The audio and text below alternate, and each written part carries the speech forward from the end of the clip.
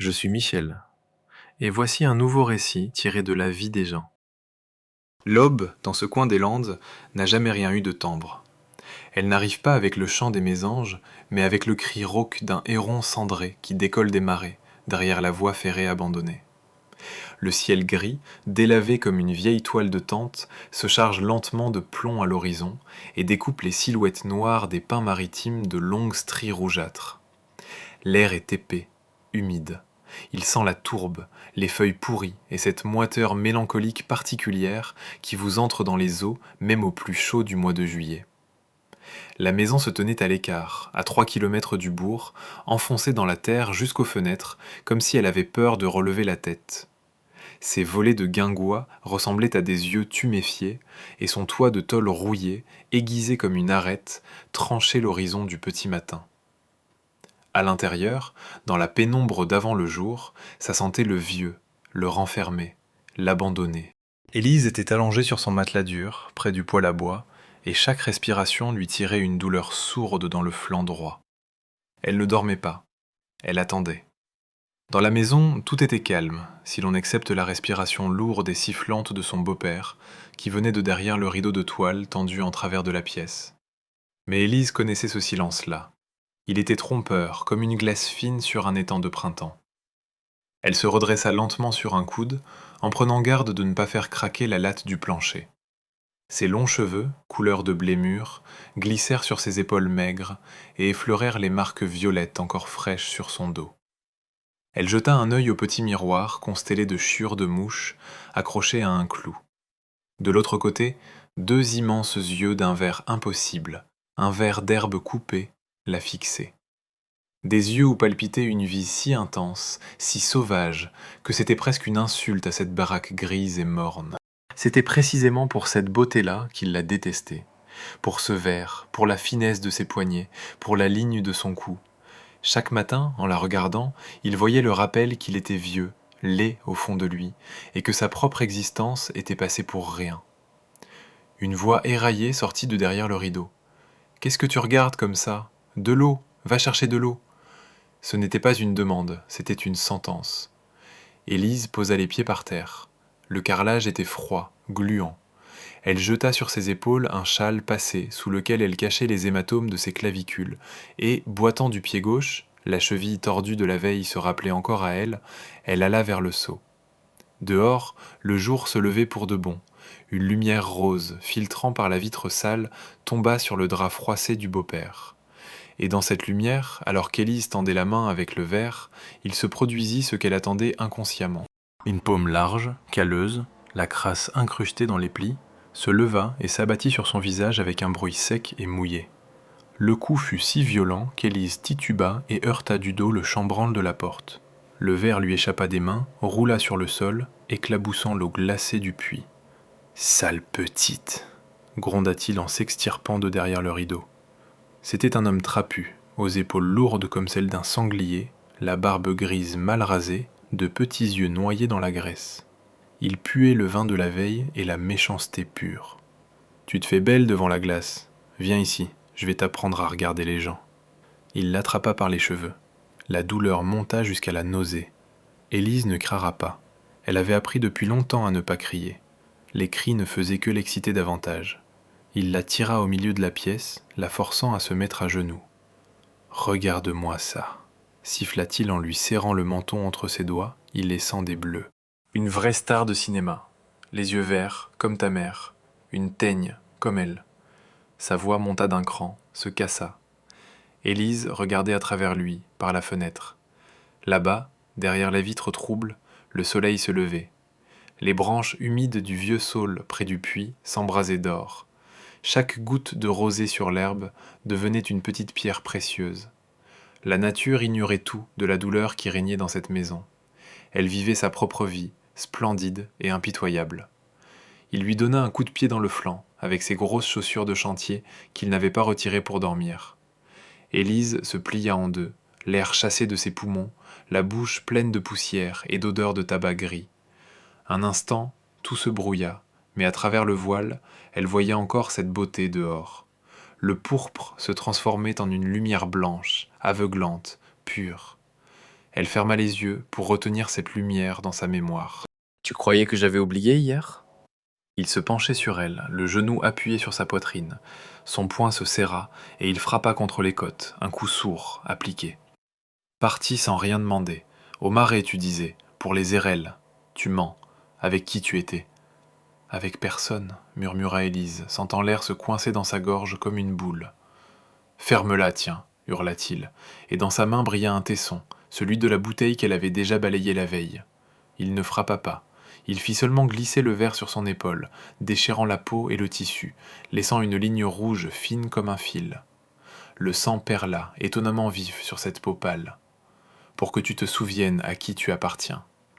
Élise resta au sol, sentant le froid des interstices remonter le long de son dos. Elle entendait son souffle lourd, le vit cracher à côté de son visage et s'éloigner en claudiquant vers la table. Il s'assit, se versa du rouge dans un verre à moutarde, le vida sans grimacer. Son agacement retomba, remplacé par un calme épais, repu. Élise, rassemblant ce qui lui restait de force, se releva. En tenant son épaule ouverte, elle sortit dans le vestibule, puis sur le perron. Elle ne pleura pas. Les larmes s'étaient tues un an plus tôt. Elle resta simplement debout, appuyée au montant rugueux, à regarder la forêt. La forêt se dressait comme un mur puissant, vert sombre, qui commençait juste après le potager. Là était le salut. Là, parmi les mousses et les fougères, dans cet air qui sentait la résine et l'humus, elle pouvait redevenir elle-même. Une louve solitaire qui panse ses plaies dans les broussailles. Elle voyait le vent balancer les cimes des pins, elle les entendait bruire, éternellement, longuement, comme une consolation. « Dégage de ma vue !» lança la voix depuis l'intérieur. Élise descendit les marches, pieds nus, dans sa chemise déchirée, les cheveux emmêlés. Elle partit vers la forêt, là où la lumière du matin traversait le feuillage en flèches d'émeraude. Elle marchait, laissant ses traces dans l'herbe, et la terre, mouillée, douce, l'accueillait. Elle marchait sans se retourner. Derrière elle restait la maison, ce bois vermoulu où sa jeunesse et sa beauté étaient une malédiction. Devant elle, la forêt. Là-bas, sous une souche près d'un vieux chêne, il y avait sa cachette, une poignée d'herbes sèches et un morceau d'écorce, son seul remède contre la douleur.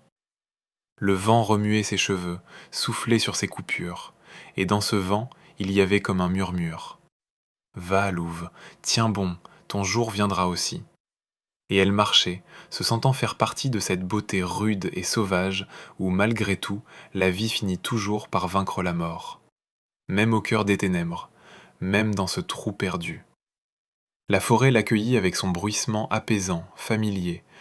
Ici, sous les grands pins, même l'air était différent, dense, résineux, plein de mousse humide et d'aiguilles chauffées. Élise s'arrêta dans la première clairière, là où les troncs s'écartaient, et laissait au ciel une ouverture tendue de toiles d'araignée. Elle s'adossa à l'écorce rugueuse d'un vieux chêne et ferma les yeux. Sa chemise était trempée de sang à l'épaule, mais la douleur s'était émoussée, remplacée par une lourdeur sourde et pulsatile. Élise regardait les taches de soleil se poser sur les aiguilles tombées comme des pièces d'or. Quelque part en hauteur, un rouge-gorge chantait, clair, insistant. Ses trilles déchiraient le silence comme un appel au secours. Elle respira profondément. Elle sentait la forêt la prendre en charge, elle sentait la terre sous ses pieds nus lui rendre la chaleur accumulée. Ici, parmi les fougères et l'oxalis, elle redevenait entière. Elle s'agenouilla près d'une vieille souche creuse où elle gardait son petit trésor.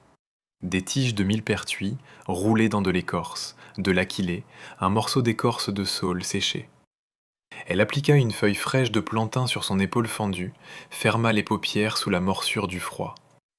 Et à cet instant, le silence se déchira. Craquement de branches, respiration lourde, saccadée, martèlement de grosses semelles sur la terre molle. Tout cela fit irruption dans la paix de la forêt comme un pavé dans une vitre. Espèce de... La voix de son beau-père éclata derrière les noisetiers. Tu voulais te sauver ? Élise bondit, trop tard. Sa grosse main, poisseuse de sueur et de terre, se referma sur son poignet et lui tordit le bras si fort qu'elle poussa un cri court, étouffé, comme un animal pris au piège. Le plantain glissa de ses doigts, tomba dans la mousse, et sa feuille verte devint aussitôt étrangère. Morte. Lâche-moi, souffla-t-elle en tentant de se dégager, mais il resserra la prise à lui broyer le poignet. Te lâcher? Il rit, rauque, sifflant. Je te retrouverai même sous terre. Tu croyais te cacher dans les bois? La forêt est à moi. Tout ici est à moi. Et toi aussi. Il la tira en arrière, la traînant à même le sol, sans regarder où il allait. Élise s'accrochait de sa main libre aux racines, aux tiges de myrtille, tentant de freiner, mais il ne faisait que tirer plus fort, lui arrachant les ongles. Elle entendait sa chemise se déchirer, sentait les cailloux et les brindilles s'enfoncer dans ses cuisses. « Tu ne t'en iras pas, grognait-il sans se retourner. Je vais t'apprendre le respect. » Il s'arrêta dans une petite clairière, pas celle où elle avait cherché refuge, mais une autre, fermée, encerclée de sapins hauts comme des murs. La terre y était détrempée, couverte d'une couche d'aiguilles pourries, et ça ne sentait pas la résine, mais l'humidité et la moisissure. La lumière n'y pénétrait qu'à regret, en fins rayons obliques. Au bord de la clairière poussait un vieux pin déchiqueté par la foudre. Son tronc était noir, creusé de fentes profondes comme des cicatrices, et sans réfléchir, il traîna Élise droit vers lui. « Bouge pas !» ordonna-t-il en tirant de sa poche une corde sale et effilochée, celle qu'il gardait toujours sur lui pour lier les fagots. Elle allait servir à autre chose. Il déchira brutalement le dos de sa chemise, découvrant les marques anciennes et récentes, et la plaqua contre l'écorce brûlée. La résine et les échardes mordirent sa peau, et Élise se mordit la lèvre pour ne pas hurler. « Sortir de la maison sans permission !» marmonnait-il en enroulant la corde autour de ses poignets derrière son dos, en serrant si fort que ses mains s'engourdirent. « La punition, tu l'as méritée. » Élise sentit ses bras, tirés en arrière, se coller au tronc, la corde entrer dans la chair et couper la circulation. Il lui passa un tour autour de la taille, puis un autre autour du buste. Pas trop serré, pas de quoi l'étrangler tout de suite, mais assez pour qu'elle ne puisse plus bouger. Chacun de ses mouvements se transmettait au tronc, et le pin semblait tressaillir avec elle. Il recula d'un pas pour admirer son ouvrage. « Joli !» ricana-t-il en crachant, « comme une statue de chapelle, en version démon. » Il approcha, l'attrapa par les cheveux, lui renversa la tête pour la forcer à le regarder d'en bas. « Tu vas rester accroché là, jusqu'à la nuit, » souffla-t-il. « Tu prieras les esprits des bois pour que les moustiques t'épargnent, et je reviendrai ce soir voir si tu es devenue obéissante. » Il la frappa encore une fois du revers de la main, lui ouvrant la lèvre, puis tourna les talons et disparut dans les fourrés d'un pas lourd. Ses pas craquèrent longtemps sur les branches sèches, puis se tarirent, et le silence tomba. Élise resta seule, attachée à ce vieux pin calciné comme une poupée qu'on abandonne. Elle tenta de se dégager, mais la corde ne mordit que plus fort. Elle baissa la tête, et ses longs cheveux masquèrent son visage, mêlés aux gouttes de sang qui coulaient de sa lèvre. La douleur était partout, dans les bras engourdis, dans le dos labouré par l'écorce, dans la poitrine où chaque respiration résonnait d'un poids sourd. Sa tête tournait, des points noirs dansaient devant ses yeux, mais à travers cette douleur, elle entendait la forêt. Les branches au-dessus d'elle bruissaient, régulières, éternelles, comme le ressac. Loin, un pic frappait son tambour interminable. Le soleil rampait vers le zénith, et ses rayons, en perçant les cimes, touchaient ses épaules, ses cheveux. Ils étaient tièdes, ces rayons, presque doux. Et un instant, Élise eut l'impression que la forêt l'entourait de ses bras, que ces arbres, ces vieux géants patients, comprenaient sa douleur mieux que n'importe quel être humain. Elle releva la tête et regarda vers le haut. Là, très haut, entre les branches, le ciel bleuissait, clair, franchement estival. Des nuages blancs comme du duvet y glissaient. « Ce n'est rien », murmura-t-elle du bout des lèvres, sentant enfin les larmes monter. « Je suis vivante, je suis vivante. » Les fourmis grimpaient sur ses jambes, les moustiques tournaient autour de son visage. Elle n'y prêtait pas attention. Elle regardait les nuages et les comptait. 1, 2, 3. Il ressemblait à des loups blancs courant dans le ciel, à une meute qui l'appelait. Élise ferma les yeux et se mit à chuchoter. Pas une prière, juste des mots qui naissaient tout seuls. « Tu ne me casseras pas, tu entends ? Toi, tu es de la boue, moi, je suis la terre, et la terre finit toujours par faire pousser quelque chose. » Le pin grinçait au-dessus d'elle, et dans ce grincement, elle entendait une réponse. La forêt ne la lâchait pas. La forêt la tenait, non pas comme une prison, mais comme on tient son enfant, comme on tient cette louve solitaire qu'on a blessée mais pas tuée. Et elle attendait. Elle attendait le soir, quand il reviendrait, et quand elle réussirait peut-être à survivre encore, pour repartir encore, pour un jour partir pour de bon. En attendant, elle pendait à cet arbre, et le temps s'écoulait aussi lentement que la résine sur l'écorce noire. Et dans cette lenteur, il y avait une liberté terrible et magnifique. Le soir tomba sur la forêt d'un coup, comme un drap mouillé. D'abord s'éteignirent les étincelles dorées entre les pins, puis le ciel au-dessus se décolora jusqu'au lilas pâle, avant de s'assombrir brusquement, envahi d'un bleu froid. Les étoiles apparurent timidement, une par une, comme si elles craignaient de réveiller l'obscurité qui rampait dessous les souches et les fougères, épaisse, poisseuse comme du brouillard. Élise ne sentait plus ses mains depuis longtemps. Elle s'était transformée en quelque chose d'étranger, de cotonneux, attaché au tronc. Ses doigts avaient enflé et bleui, le sang y avait figé, et de temps à autre, une crampe aiguë comme une aiguille courait du coude à la paume. Son épaule ouverte par le verre brûlait, et un filet collant de sang, mêlé aux gouttes de rosée, descendait lentement sur son ventre. La faim tordait ses entrailles en un nœud douloureux. Sa bouche était si sèche que sa langue lui semblait faite de papier de verre. Élise fixait les contours troubles de l'herbe en bas. Elle voyait les gouttes sur la mousse, entendait un ruisseau murmurer non loin, mais ne pouvait pas atteindre l'eau. L'eau était là, tout près, et inaccessible comme le ciel. Elle ne priait pas, elle comptait. Chaque expiration, 1. Chaque inspiration, l'espoir d'être encore vivante. Et quand la nuit eut définitivement avalé la forêt, quand la lune, fine et pâle comme une lame de couteau, se leva au-dessus des pins, elle entendit des pas, lourds, ivres, butant sur les racines, avec des craquements de branches et des jurons étouffés. « Ohé, la belle !»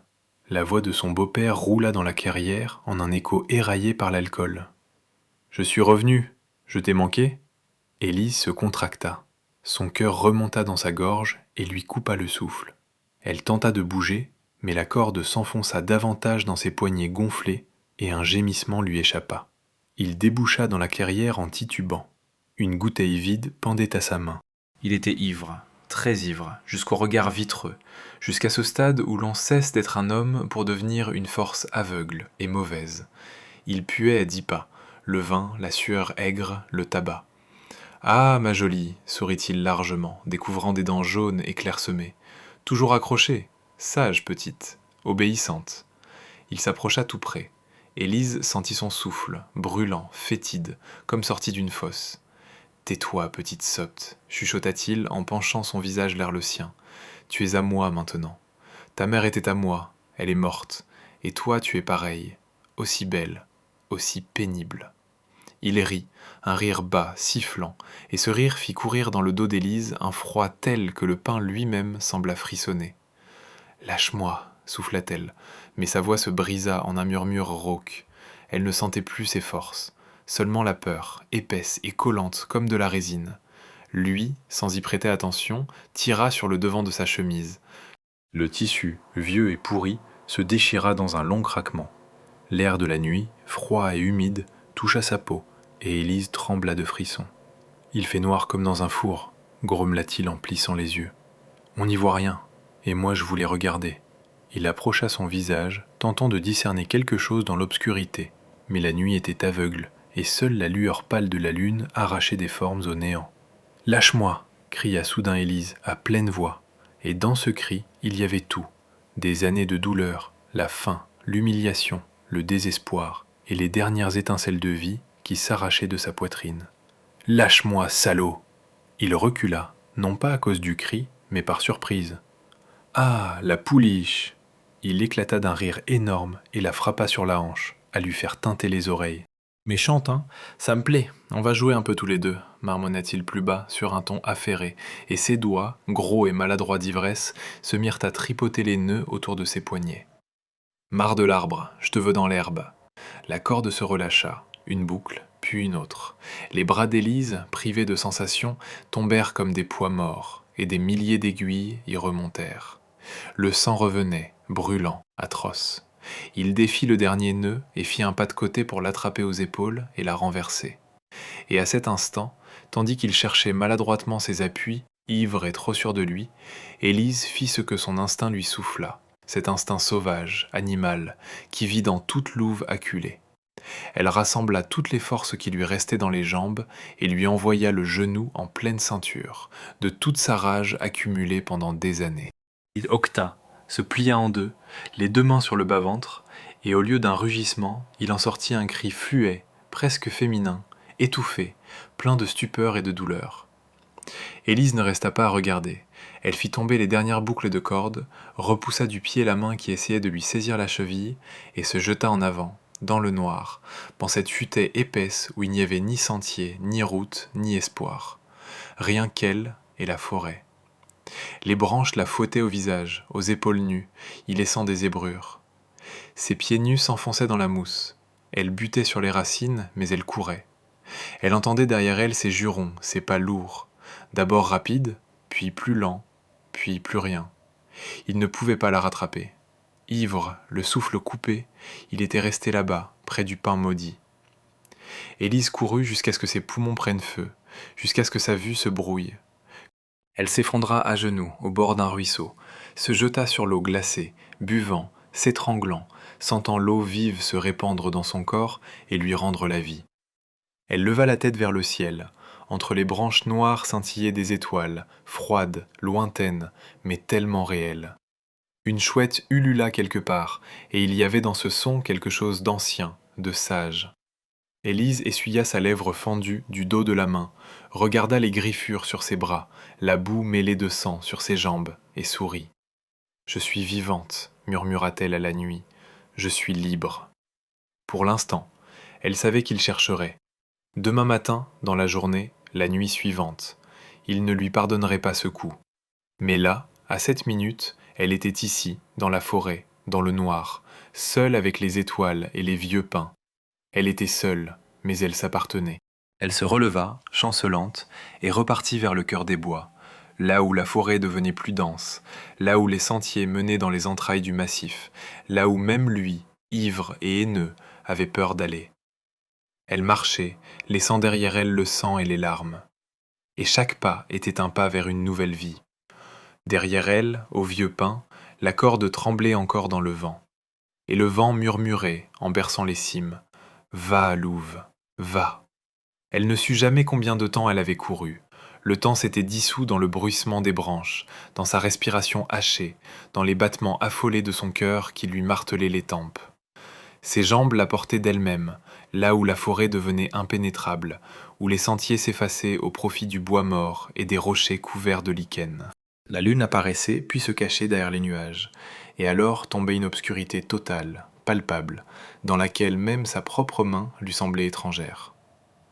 Élise butait sur les racines, tombait, se relevait, courait encore, jusqu'à ce qu'elle s'écroule au pied d'un énorme pin abattu par la tempête. Son tronc, couvert de mousse spongieuse, barrait un petit ravin et formait un abri naturel. Elle se glissa dessous comme une bête blessée et se tut. Son corps tremblait d'un tremblement fin, désagréable, non pas de froid, mais d'épuisement nerveux, de cette adrénaline qui bouillait encore dans son sang. Elle s'appuya du dos contre la terre humide, se recroquevilla, les genoux serrés entre ses bras, et enfin s'autorisa à pleurer, sans bruit. Les larmes coulaient sur ses joues sales, se mêlaient au sang et à la boue, et laissaient sur son visage des sillons clairs. Elle ne pleurait pas parce qu'on l'avait frappée. Elle pleurait parce que personne n'était là pour la défendre, parce que sa mère était morte trop tôt, parce que elle, Élise, était complètement seule dans ce monde immense et cruel. Mais elle ne savait pas pleurer longtemps. Les larmes se tarirent aussi vite qu'elles étaient venues, laissant en elle un vide sourd, brûlé. Elle ferma les yeux et, sans s'en apercevoir, tomba dans un sommeil lourd, agité, sans rêve, comme dans un puits noir. Ce fut la lumière qui la réveilla. Elle tombait droit sur son visage, tiède, doré, presque rose. Le soleil était déjà au-dessus des arbres, et ses rayons, en traversant le feuillage, teintaient tout d'une couleur de bronze ancien. Élise ouvrit les yeux et ne comprit d'abord pas où elle était. Ça sentait la terre mouillée, les feuilles en décomposition, et quelque chose de doux, peut-être l'épilobe, qui poussait en abondance sur les pentes du ravin. Au-dessus d'elle, des oiseaux chantaient, discrètement, avec cette pointe de tristesse qu'a toujours la forêt aux premières heures. Elle se hissa sur les coudes, et son corps répondit par une douleur diffuse. Chaque geste résonnait dans son épaule, dans son dos, dans ses poignets gonflés, mais elle était vivante, elle respirait. Élise sortit de son abri et se mit à genoux. La forêt l'accueillit avec sa fraîcheur. La rosée n'avait pas encore séché, et chaque brin d'herbe, chaque feuille était enfilée de minuscules diamants qui scintillaient au soleil du matin. L'air était propre, frais, avec un parfum de miel et de résine. En bas, dans le ravin, un ruisseau murmurait doucement, comme une berceuse. Elle se releva lentement, sa chemise déchirée pendait en lambeaux. Ses épaules et sa poitrine étaient à nu, couvertes d'égratignures et de bleus qui, dans la lumière du matin, paraissaient plus violents encore. Elle regarda ses jambes griffées, ses doigts enflés, les marques bleues de la corde sur ses poignets, et pour la première fois depuis des années, elle n'éprouva aucune honte. C'étaient ses cicatrices, sa bataille, sa vie. Elle descendit au ruisseau, s'agenouilla et puisa l'eau glacée dans ses paumes. Elle but avidement, à grandes gorgées, sentant le froid se répandre dans sa gorge, dans sa poitrine, la ramener au réel. Puis elle se lava le visage, effaçant le sang séché et la terre. Dans le reflet mouvant de l'eau, elle vit son visage, pâle, creusé, la lèvre fendue. Mais les yeux brûlaient, verts, sauvages. Il la regardait depuis l'eau et ne demandait pas grâce. Alors, chuchota-t-elle à son reflet, on va vivre ? L'eau ne répondit pas, mais le vent inclina les cimes des pins et un murmure doux courut dans les feuilles. Élise regarda autour d'elle. Elle se trouvait dans une partie inconnue de la forêt. Jamais elle n'était allée si loin. Des épicéas immenses s'entrelaçaient si serrés que le ciel n'apparaissait plus qu'en une mosaïque de trous. Le sol, moelleux, était tapissé d'une épaisse mousse qui rebondissait sous ses pieds nus. À droite, au-delà du ravin, on distinguait un chemin ancien, envahi mais encore lisible, qui s'enfonçait dans les bois. « Il y a quelqu'un là-bas » demanda-t-elle tout bas à la forêt. La forêt se taisait, mais l'instinct, celui-là même qui l'avait sauvée la nuit précédente, lui souffla de suivre le chemin. Elle avança prudemment, à l'écoute du moindre bruit. Le chemin la mena à une petite clairière où se dressait une bâtisse de guingois. Pas une maison, non, une ancienne cabane de bûcheron, presque écroulée, le toit effondré, les carreaux cassés, mais la porte tenait encore sur un gond. À côté poussait un vieux pommier chargé de petits fruits sauvages et un sureau déjà en fleurs. Élise s'arrêta. Son cœur se serra de peur et d'espoir en même temps. Et s'il y avait quelqu'un ? Et si c'était un piège ? Elle fit le tour. La cour était envahie de ronces jusqu'à la taille, mais on devinait dans l'herbe les restes blanchis d'une clôture. Près du perron traînait un seau crevé où poussaient, curieusement, des orties. La cabane était abandonnée depuis longtemps, des dizaines d'années peut-être. Élise poussa la porte, qui gémit et céda. Une odeur de bois sec, de poussière et de vie oubliée lui monta au nez. Il faisait sombre à l'intérieur, mais des raies de soleil passaient par les fentes des murs et dessinaient sur le sol des bandes d'or. Un petit poêle en terre trônait dans un coin. Une casserole rouillée gisait à côté. Sur le mur, miraculeusement intacte, était accrochée une image pieuse, noircie, dont on devinait encore un visage de vierge. Élise franchit le seuil, le plancher grinça sous ses pas et une souris détala dans un angle. Mais elle n'avait pas peur. Elle éprouvait une sensation étrange, poignante, celle d'un chez-soi. Pas celui où elle avait vécu avec cet homme, un vrai chez-soi, chaud, silencieux, où l'on peut fermer des yeux sans craindre. Elle s'assit par terre, le dos contre le mur, et sentit une vague de souvenirs la submerger. Maman. Elle se souvint de sa mère, jeune, belle, les mêmes yeux verts. Elle chantait le soir près du poêle, elle lui caressait les cheveux et lui murmurait « Tu es forte, ma petite Élise, tu t'en sortiras. » Sa mère, elle, ne s'en était pas sortie. Elle était tombée malade, s'était éteinte, et lui n'avait pas payé les médicatantes. Pas la peine de jeter l'argent. Élise avait vu sa mère décliner en silence, sans se plaindre, et juste avant de mourir, elle avait serré la main de sa fille en disant « Sauve-toi, dès que tu peux, sauve-toi. » Élise pressa ses paumes sur ses yeux. Pas de larmes, mais une douleur dans la poitrine à hurler comme les loups. Elle expira longuement, bruyamment, et rouvrit les yeux. Maman, murmura-t-elle en regardant l'image sombre, je vais vivre, pour moi et pour toi. Elle se leva. La faim lui tordait le ventre, mais dans la clairière poussaient des orties et de la menthe sauvage. Et près du ruisseau, il y avait sûrement de l'oseille. On peut survivre, la forêt donne ce qu'il faut. Elle sortit sur le perron, offrit son visage au soleil du matin. Les oiseaux chantaient à plein gosier, et il n'y avait plus de tristesse dans ce chant, seulement une joie de vivre pure, sans mélange. Sur une branche de sureau, un écureuil jacassait, sa queue rousse voletant entre les feuilles. Élise sourit, pour la première fois depuis des années. Le sourire fut de travers, parce que sa lèvre lui faisait encore mal, mais quelque chose s'allégea en elle. Bon, dit-elle à voix haute, à la forêt, au ciel, à elle-même, on recommence. Elle ôta les restes de sa chemise, la déchira en bandes et, après les avoir mouillés dans le ruisseau, les appliqua sur ses plaies les plus profondes, comme sa mère le lui avait montré quand elle était petite. Puis elle trouva une grande feuille de bardane, la posa sur son épaule et la fixa avec de la résine prélevée sur un pain. Ce n'était pas beau, mais la douleur s'apaisa un peu. Elle inspecta la cabane.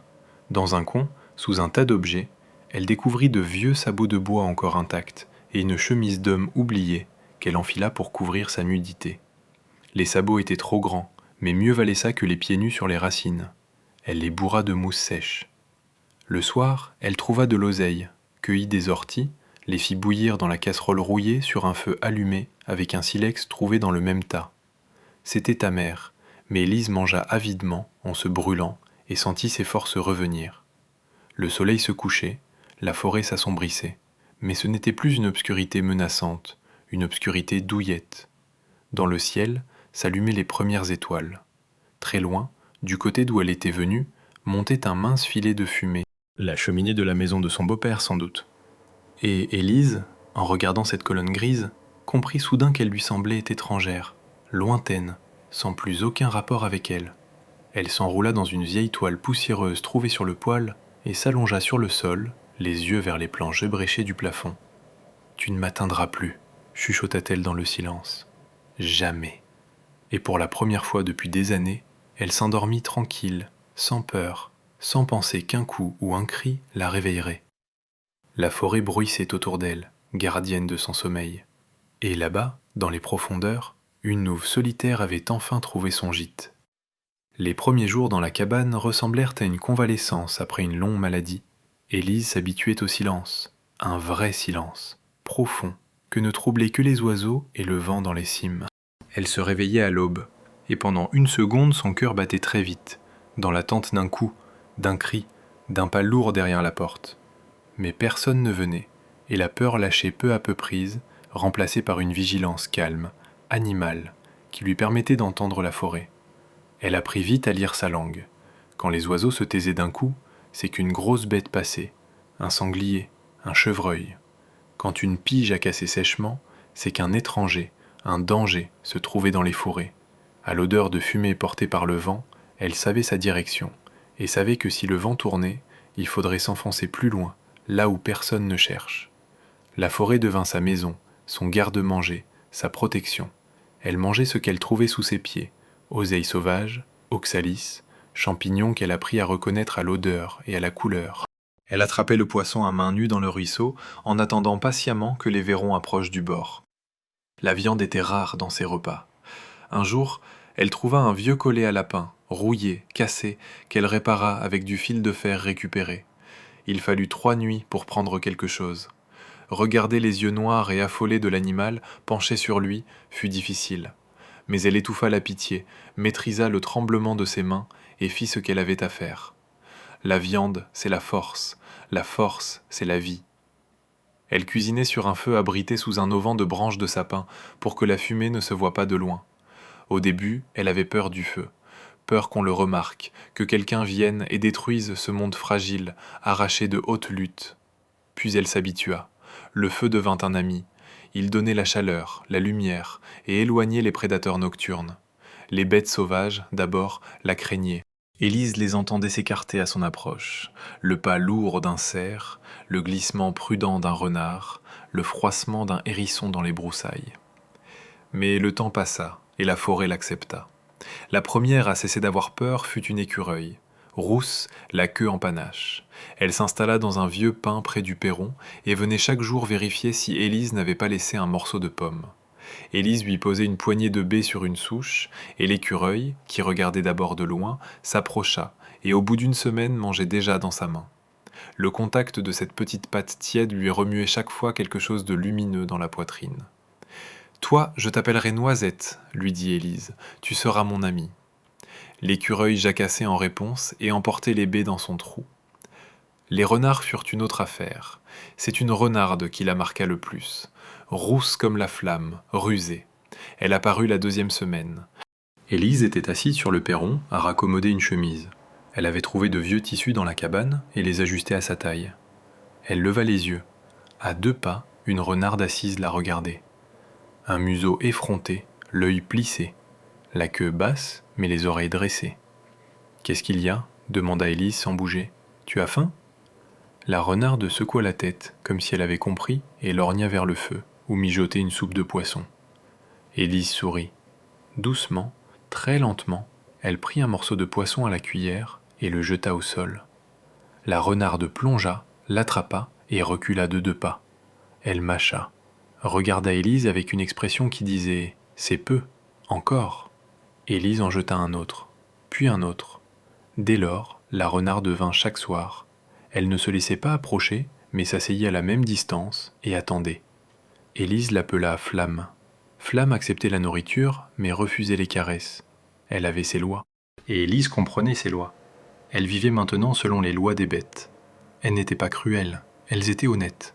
Elle tuait pour manger. Elle se défendait quand on les inquiétait. Elle ne frappait pas quelqu'un pour sa beauté, ne criait pas la nuit, n'humiliait pas les faibles pour le plaisir. Il y avait dans leur monde une justice qu'Élise n'avait jamais connue chez les hommes. Un jour, vers la fin du 2e mois, elle partit vers le vieux marais, là où poussaient les érelles. La forêt y était dense, presque impénétrable, mais Élise connaissait déjà chaque passage. Elle avançait sans bruit, et soudain elle entendit des voix humaines, fortes, avinées. Elle se figea, s'accroupit, se glissa derrière un épais buisson d'aulne. Son cœur repartit à toute allure, comme le soir du pain. Elle les vit. 3 hommes, fusil à l'épaule. Ils suivaient sa piste, le sentier qu'elle avait tracé ces derniers jours. L'un portait une bouteille à la main, l'autre fumait. Le 3e, barbu, criait. « On m'a dit qu'il y avait une fille cachée par ici, jeune. Un type d'un village d'à côté la cherche. Il paiera bien si on la trouve. »« On s'en fout de sa gonzesse, » répondit le 2e. « Y a même pas de gibier ici, que des moustiques. » « S'il paie, on la trouve, c'est pas compliqué. » Élise se plaqua contre la terre, se fondit en elle, cessa de respirer. Elle voyait leurs grosses chaussures, leurs mains sur les crosses. Elle sentait leur odeur, vin, tabac, sueur.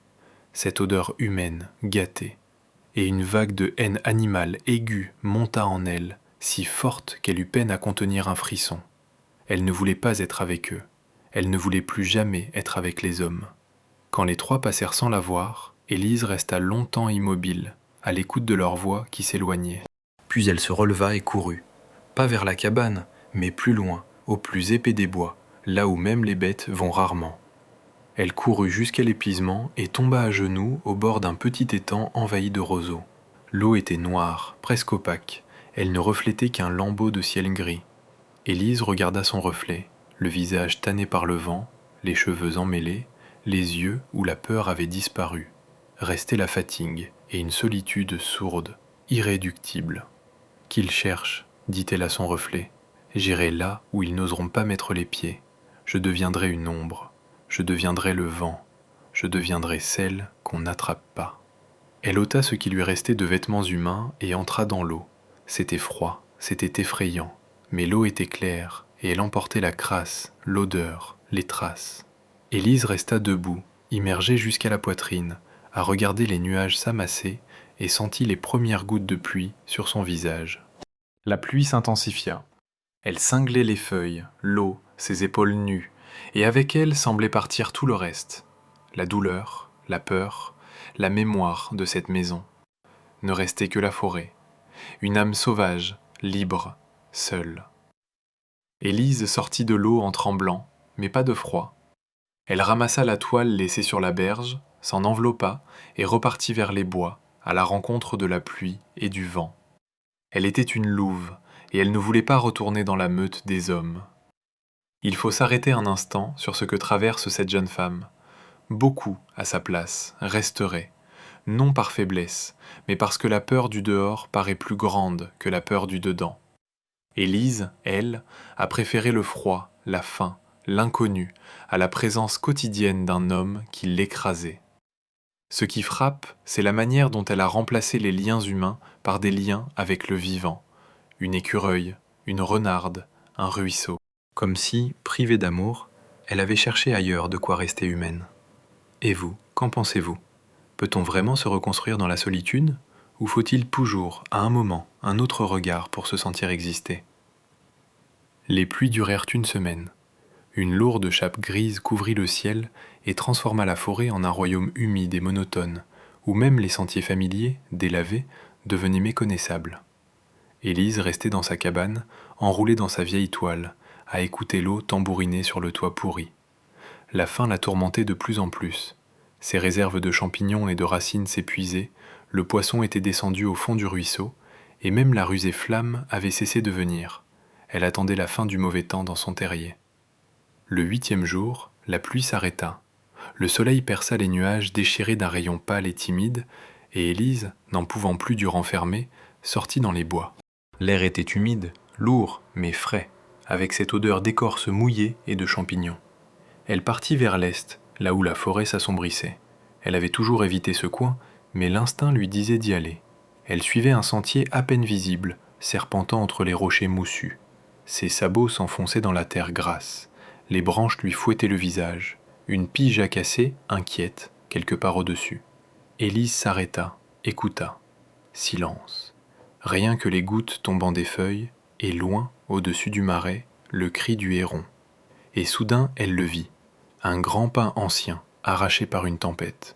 Il barrait un petit ravin, et ses racines, couvertes de mousse brune, se tendaient vers le ciel comme des doigts recroquevillés. Près d'elle, au pied du tronc, quelque chose de sombre, d'anormal.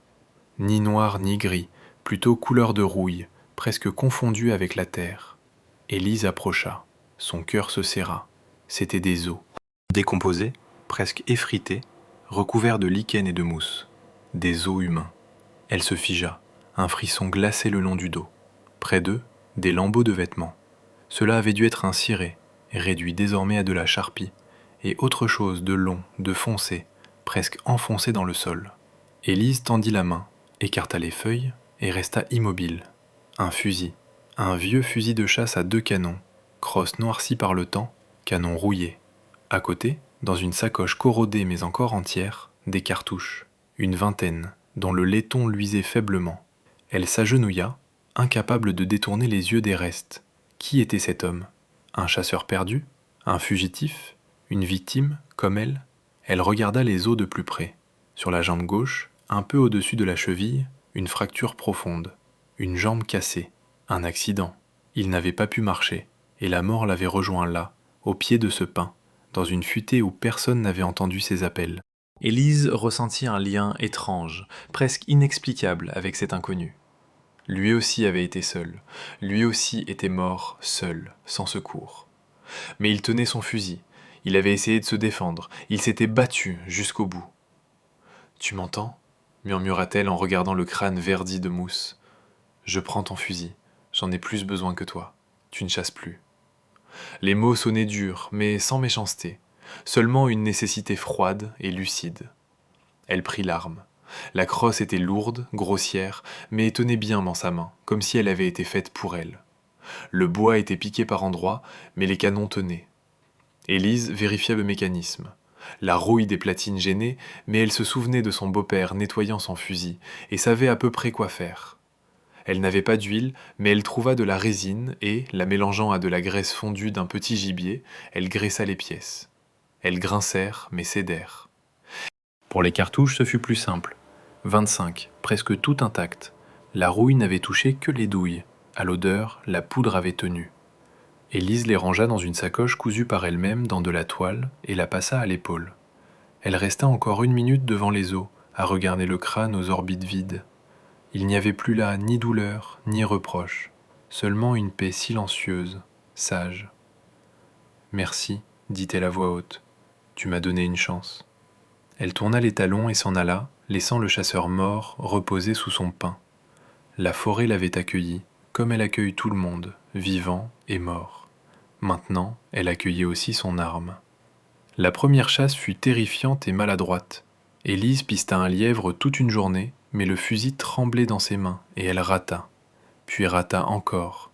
Elle s'en voulut, mais ne renonça pas. Chaque soir, elle s'exerçait. Visait une branche morte, une pomme de pin, une souche près du ruisseau. Ses mains s'habituaient, ses yeux apprenaient à trouver la cible, son souffle à se stabiliser avant le tir.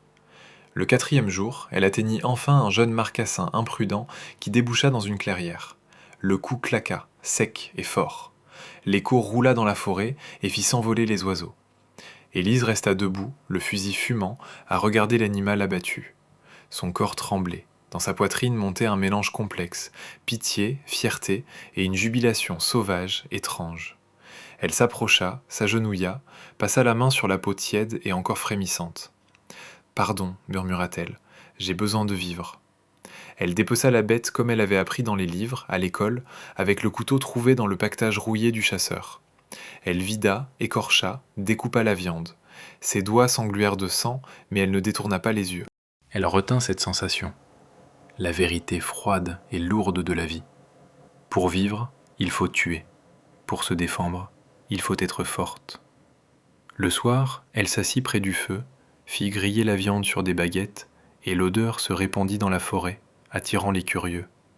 Flamme arriva la première, s'assit à distance respectueuse, le nez frémissant. Élise lui lança un morceau, et cette fois la renarde ne recula pas. Elle mangea à ses pieds. « Habitue-toi, sourit Élise. On est chasseuses maintenant, toutes les deux. » Elle mangea aussi, avidement, savourant chaque bouchée, sentant ses forces revenir. La viande était coriace, mais brûlante, et il y avait dedans la vie même. Les jours passèrent. Élise devint plus forte, plus sûre. Elle ne craignait plus les détonations. Elles étaient devenues sa voix dans cette forêt muette. Elle pistait le gibier aux traces, à l'odeur, au silence inquiet des oiseaux. Elle apprit à approcher sans bruit, sur la pointe des pieds, comme les loups. Sa démarche s'allégea, son souffle se calma, son regard s'aiguisa. Elle allait dans les bois, fusil à l'épaule, et la forêt s'inclinait devant elle. Les bêtes sentaient en elle une égale, pas une ennemie, mais quelqu'un dont il faut tenir compte. Les loups ne s'approchaient plus de sa cabane, mais elle les apercevait parfois, des ombres grises à la lisière qui la regardaient avec une sorte de respect. Elle ne voulait toujours pas des hommes, mais ce n'était plus de la peur, c'était un choix conscient. Elle voyait au loin, à des kilomètres, monter les fumées des villages, elle entendait dans le vent des bribes de voix, et chaque fois elle s'enfonçait plus profond dans les bois. Elle avait un fusil, elle avait la forêt, elle avait elle-même. Un jour, à la fin de l'été, elle grimpa sur une colline et regarda au loin. Une mer de verdure infinie s'étendait jusqu'à l'horizon et se fondait dans le bleu. Le vent agitait ses longs cheveux, et elle se tenait droite, forte, le fusil à la main, à contempler ce monde. Elle se souvint de son beau-père, de ses mains, de ses cris, de son visage ivre, et comprit soudain qu'elle n'avait plus peur de lui. Ce n'était qu'un homme, faible, mauvais, petit. Elle était celle qui avait survécu, celle qui était devenue chasseuse, celle qui avait choisi la liberté. Élise sourit au vent, et le vent lui répondit en inclinant les cimes. « Maintenant, tu ne me rattraperas plus, murmura-t-elle au ciel. Aucun de vous. » Elle se retourna et s'enfonça dans les bois. Là, à l'ombre des arbres, une vie nouvelle l'attendait, sauvage, rude, mais la sienne. L'automne s'imposa d'un coup, comme toujours dans ces forêts du Nord. La veille encore, le soleil chauffait comme en été. Ce matin, Élise se réveilla dans un froid qui s'était glissé par les fentes et déposé du givre sur les feuilles. Elle sortit sur le perron, le fusil serré contre elle, et resta saisie. La forêt s'était métamorphosée en une nuit. Les bouleaux étaient d'or, les trembles brûlaient de pourpre, et les rares érables flambaient d'orange, comme allumés de l'intérieur. L'air était devenu transparent, cristallin, avec une odeur de feuilles mortes et de champignons. Très haut, des grues criaient en partant vers le sud, et leur appel triste, étiré, planait sur les bois en se mêlant au vent. Élise regardait cette splendeur, et une douleur poignante lui serrait la poitrine. La beauté était presque insupportable, comme un coup. Et dans cette beauté, par contraste, sa solitude devenait plus aiguë. Elle était seule ici, unique humaine au milieu de cette débauche de couleurs mourantes. Elle descendit au ruisseau pour se laver. L'eau était glaciale, brûlante à force de froid, et quand elle la toucha du visage, quelque chose bougea en elle. Élise leva la tête vers le ciel, et comprit soudain, elle devait partir plus loin. Sa cabane, son abri provisoire, n'était plus sûr. La fumée de son feu pouvait être vue par un garde forestier de passage, par des chasseurs du village, et elle ne voulait pas qu'on la trouve, jamais. Elle rentra, rassembla ses maigres possessions, la sacoche de cartouches, le couteau rouillé, un briquet à silex, une poignée de baies séchées, un morceau de viande fumée. Elle fit un ballot, passa le fusil à l'épaule et regarda une dernière fois la cabane, ce petit endroit tiède où elle avait réappris à vivre. « Adieu », dit-elle doucement, et elle sortit. Elle partit vers l'est, là où la forêt devenait plus sombre. Là commençaient les tourbières, ce haut marais dont même les vieux chasseurs parlaient avec prudence.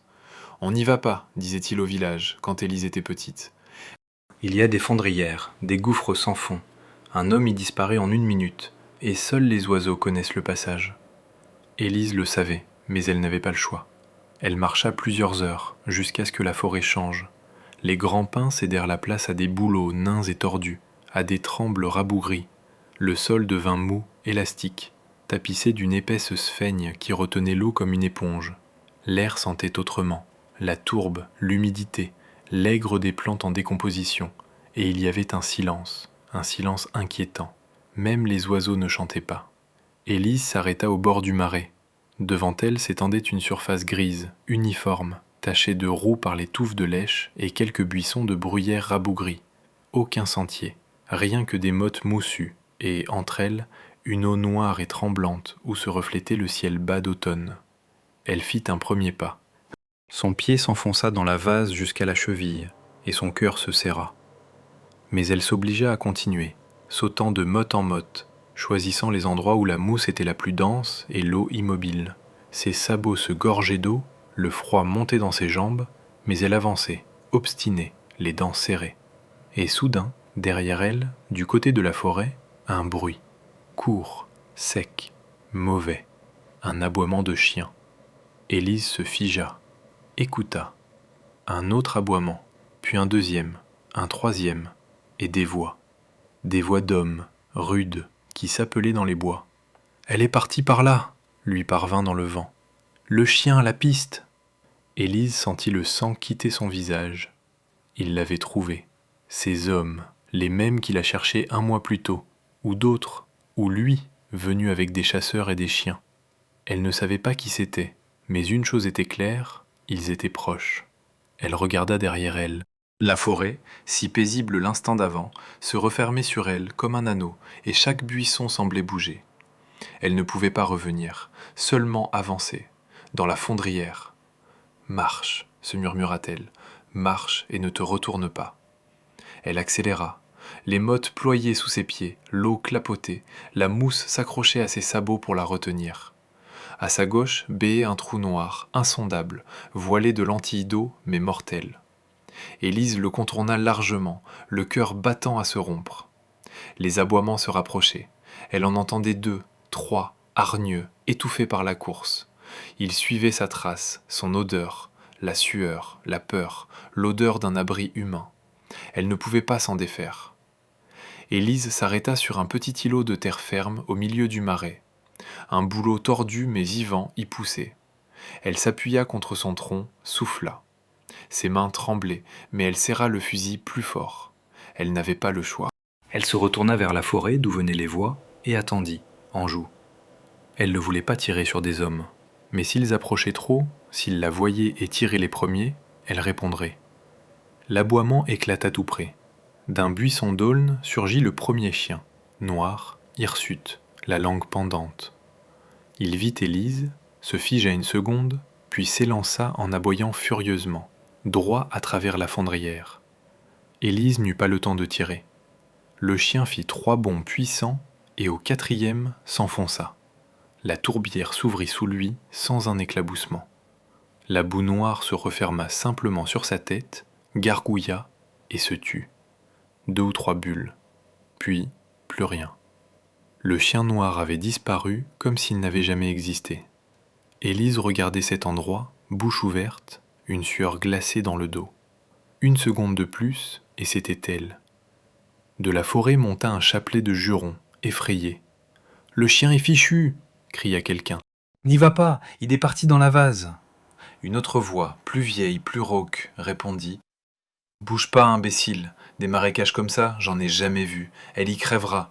Cherche un contournement par le bord, personne ne traverse ça. » Et la fille ? La fille.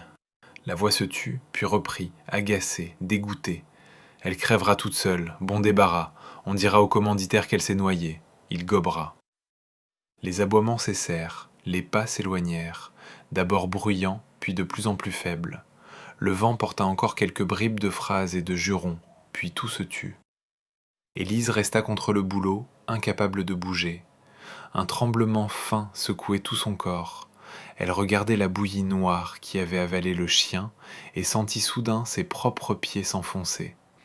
Elle recula sur une motte et comprit qu'elle devait bouger aussi. Rester immobile, c'est la fin. La tourbière ne pardonne pas. Elle s'enfonça plus loin dans le marais, choisissant ses mottes, sondant chaque passage avec un bâton. La peur avait cessé d'être paralysante. Elle était devenue nette, aiguisée, transformée en cette vigilance animale qui l'aidait à survivre. Elle marcha, sauta, contourna, et la forêt reculait derrière elle, ne laissant plus qu'un ciel gris sans limite et une immense plaine rousse de mousse. Vers le soir, elle atteignit un îlot sec, une éminence plantée de pins et de genévriers, là où la terre était ferme et sentait non plus la pourriture, mais la résine et l'herbe sèche. Elle tomba à genoux, posa le fusil à côté d'elle et appuya sa joue contre l'écorce râpeuse. Le pin sentait l'enfance, la chaleur, la vie. « Je suis vivante », chuchota-t-elle, et sa voix se cassa en sanglots. « Je suis encore vivante ». Elle fit un petit feu, réchauffa ses mains, mangea un morceau de viande, but l'eau d'une gourde qu'elle avait façonnée dans de l'écorce. Elle regarda les flammes danser dans ses yeux verts et sentit la tension la quitter peu à peu. Quelque part dans le marais, la vase glougloutait. Un oiseau de nuit cria. Mais ici, sur ce petit îlot au milieu de l'immensité, Élise était en sécurité. Elle s'allongea près du feu et regarda les étoiles. Elles étaient si nombreuses, si vives, si froides, si infiniment lointaines. Là-haut, dans ces mondes, il n'y a ni douleur, ni peur, ni homme cruel, seulement le silence et le froid éternel. Mais ici aussi, sur ce bout de terre ferme, elle se sentait bien. Elle s'endormit dans le bruit du vent, le fusil dans les mains, et la forêt, sombre et humide, veilla sur son sommeil.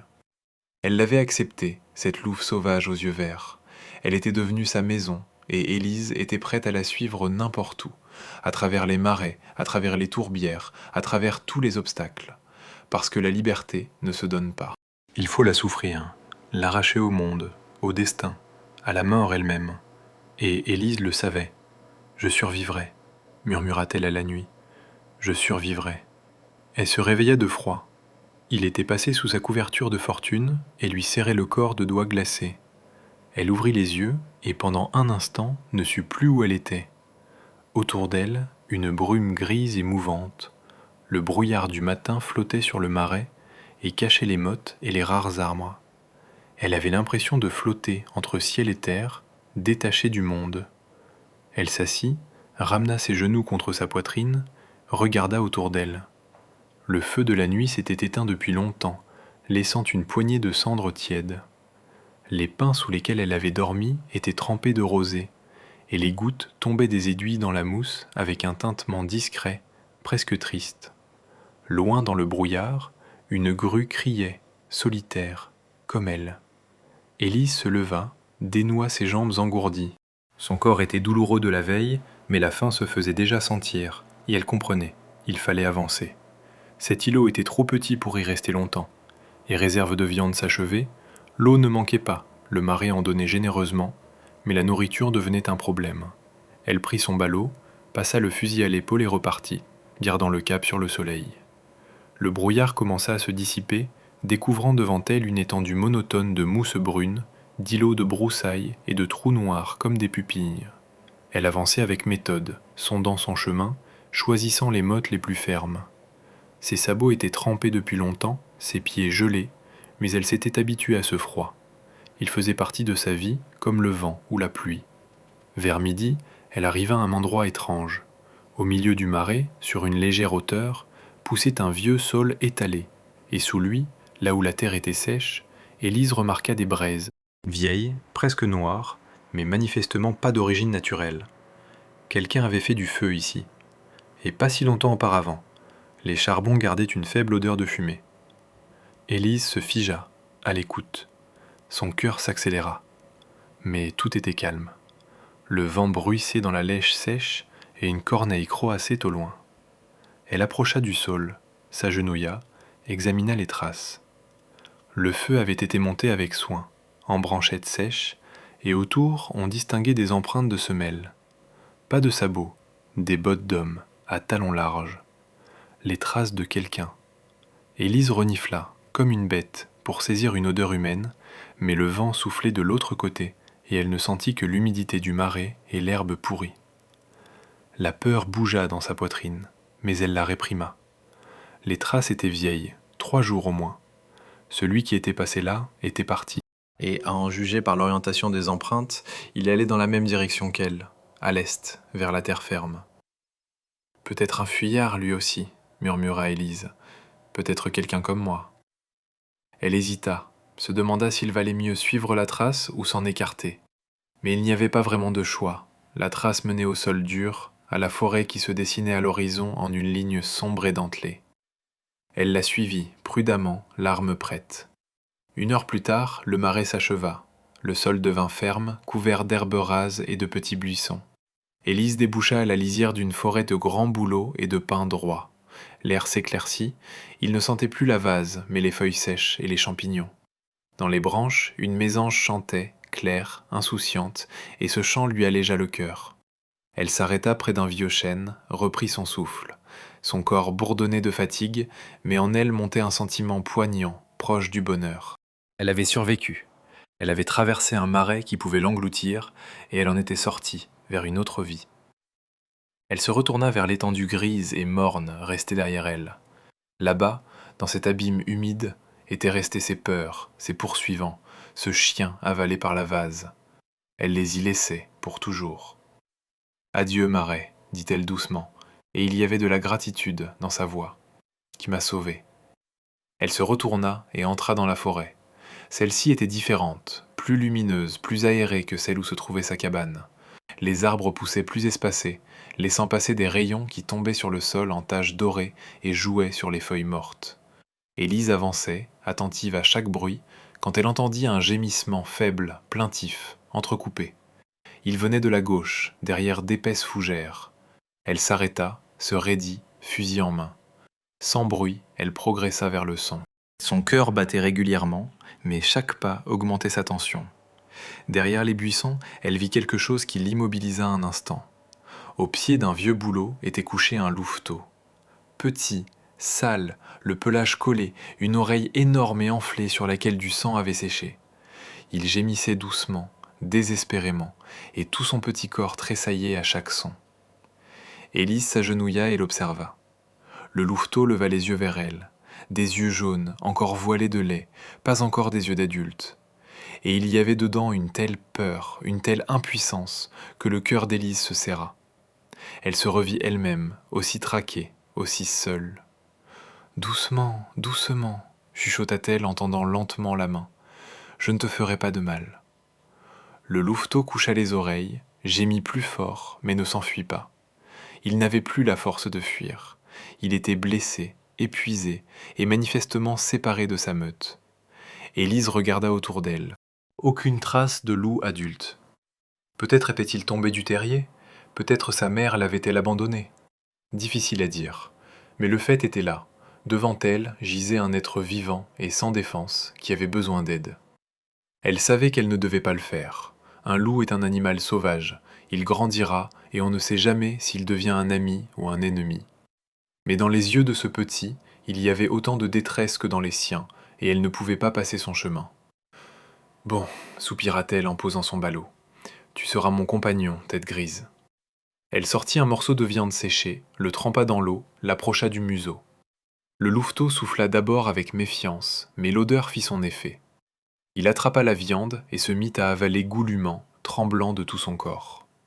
Élise le regardait, et une chaleur presque oubliée, une chaleur humaine, se répandait dans sa poitrine.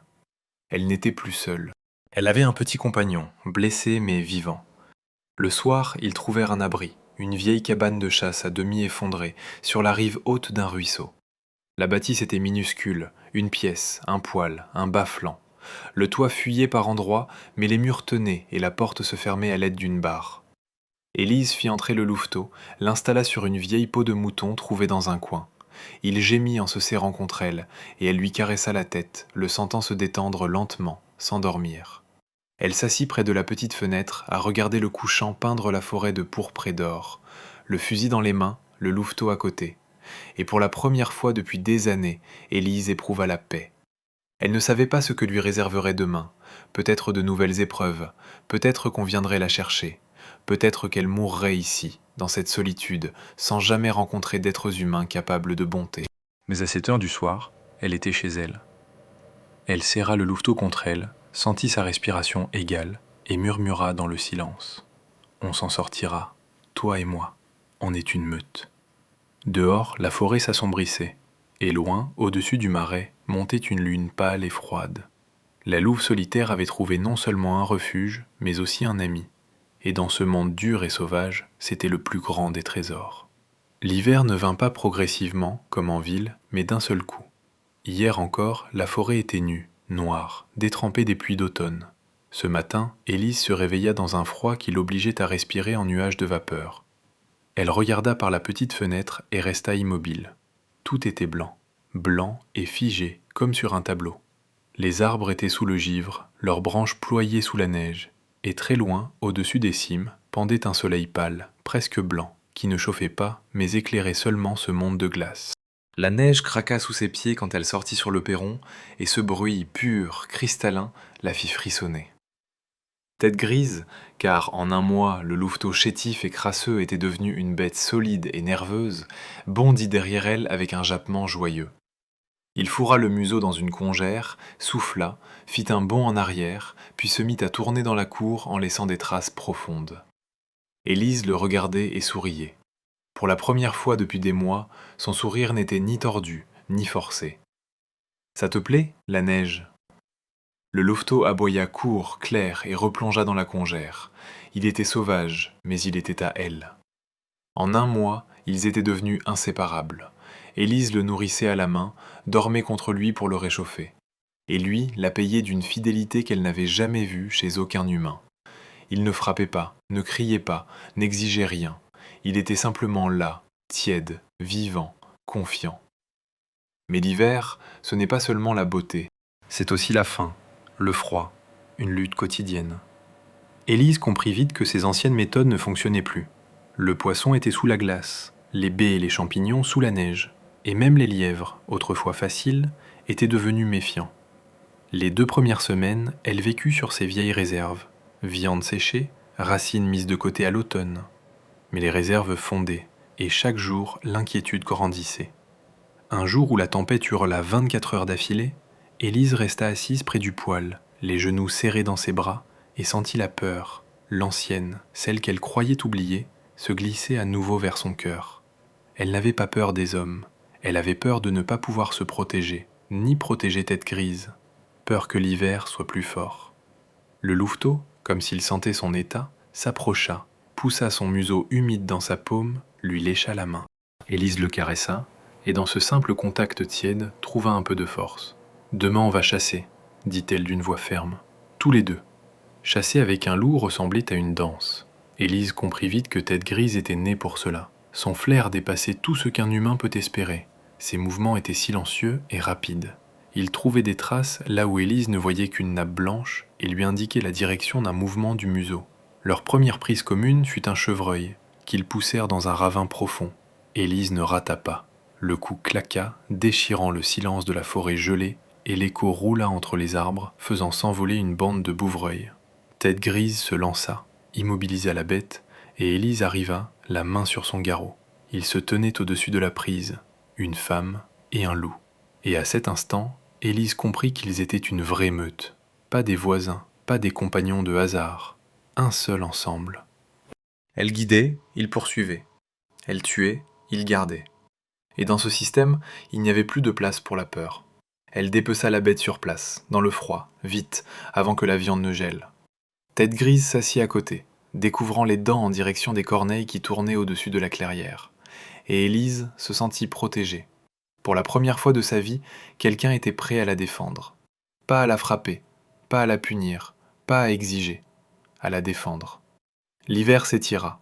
Il y eut des jours où ils restèrent enfermés, serrés l'un contre l'autre, à écouter le vent gémir dans le tuyau du poêle. Il y eut des jours de chasse où Tête grise, devenue robuste, prenait la piste avec une telle assurance qu'Élise doutait à peine du résultat. Ils prirent des lièvres, des gélinottes, une fois même un jeune sanglier. Les peaux servaient aux vêtements et aux chaussures, la viande était mise de côté, la graisse alimentait une lampe. Élise apprit à coudre les peaux, à tresser l'osier, à fabriquer des pièges avec des baguettes. La forêt lui fournissait tout, et elle la payait de respect. Elle ne prenait rien de superflu, seulement ce qu'il fallait pour survivre. Elle sentait que la forêt était un organisme vivant, et que si on la fâchait, elle se détournerait et retirerait sa protection. Aussi remerciait-elle chaque prise, comme le faisaient peut-être ceux qui vivaient là avant. Elle posait une poignée de baies ou un morceau de pain sur une souche, en prononçant quelques mots à voix basse, sans témoin. Tête grise la regardait et semblait comprendre. Parfois, par les nuits claires et glaciales, elle sortait sur le perron. Le ciel était noir, criblé d'étoiles si vives qu'on croyait pouvoir les toucher. Elle restait là, à respirer le froid, à écouter une meute hurler au loin. Tête grise dressait les oreilles, levait le museau, tendait l'oreille. Parfois, il tentait de répondre, d'une voix fine, incertaine, mais il n'y avait pas de nostalgie dans ce cri. De la curiosité seulement. Il savait où était sa meute, ici, auprès de cette femme aux yeux verts qui sentait la fumée et la résine. Un jour, à la fin de janvier, quand les gels s'adoucirent un peu et les jours s'allongèrent, Élise descendit au ruisseau chercher de l'eau. La neige craquait sous ses nouvelles bottes de peau, et elle marchait légère, heureuse de bouger. Le fusil à la main, une hotte d'écorce sur le dos. Tête grise trottait à côté, la devançant, revenant, vérifiant qu'elle suivait. Elle puisait déjà l'eau quand elle entendit le bruit. Ce bruit familier qui coupe les jambes et fait geler le sang. Un chien qui aboie. De l'autre côté du bois, tout près. Élise se figea, et l'eau qu'elle venait de recueillir s'échappa lentement du récipient d'écorce, laissant une tache humide sur la neige. Elle leva la tête, renifla, comme le faisait Tête grise. Le vent portait une odeur de fumée, d'habitation humaine, et une autre odeur, familière, presque oubliée, le tabac gris, le vin, la sueur. Elle reconnut cette odeur, et une telle vague de haine et de peur la submergea qu'elle tint à peine debout. Il était là, lui. Il l'avait trouvé, ou presque. Tête grise, sentant son état, retroussa les babines. De sa gorge sortit un grondement bas, menaçant. Il fixait la direction de l'aboiement, le poil hérissé. « Doucement, chuchota Élise en posant la main sur son garrot. « Doucement, mon beau. » Elle savait qu'elle ne pouvait pas fuir, la neige trahissait les traces. Mais elle n'avait pas d'intention de se rendre. Elle passa le fusil à l'épaule, ajusta la sacoche de cartouches et, courbée, s'élança à l'écart de la cabane, vers les fourrés les plus denses, là où il y avait des ravins et des chablis, là où même un chien dressé peut perdre une piste. Tête grise courait à côté, silencieux, fondu dans les ombres. Ils marchèrent des heures, s'écartant de leur abri, brouillant les traces. Élise savait, elle ne pouvait plus rester ici. Il la trouverait, tôt ou tard, et cette fois-là, il ne la lâcherait pas. Elle s'arrêta sur une hauteur d'où l'on voyait la forêt d'hiver à perte de vue. Derrière elle, jusqu'à l'horizon, la futaie. Devant, encore la futaie, et seulement très loin, presque au bord du monde, une fumée. La fumée d'une habitation inconnue. Des gens, peut-être bons, peut-être comme lui. Élise s'agenouilla, prit Tête grise dans ses bras. Il se serra contre elle, lui lécha la joue, et elle sentit des larmes couler sur son visage, amère, rageuse, mais pas résignée. « On partira, lui dit-elle en regardant ses yeux jaunes et sauvages. On ira plus loin, là où il ne nous attendra pas. Elle se releva. Le vent agitait ses longs cheveux emmêlés, où quelques fils blancs apparaissaient déjà. Mais dans ses yeux verts, il n'y avait plus de peur. Seulement une résolution froide et calme. Elle était une louve, et elle était prête à se battre pour sa liberté jusqu'au bout. Ils marchèrent 2 jours.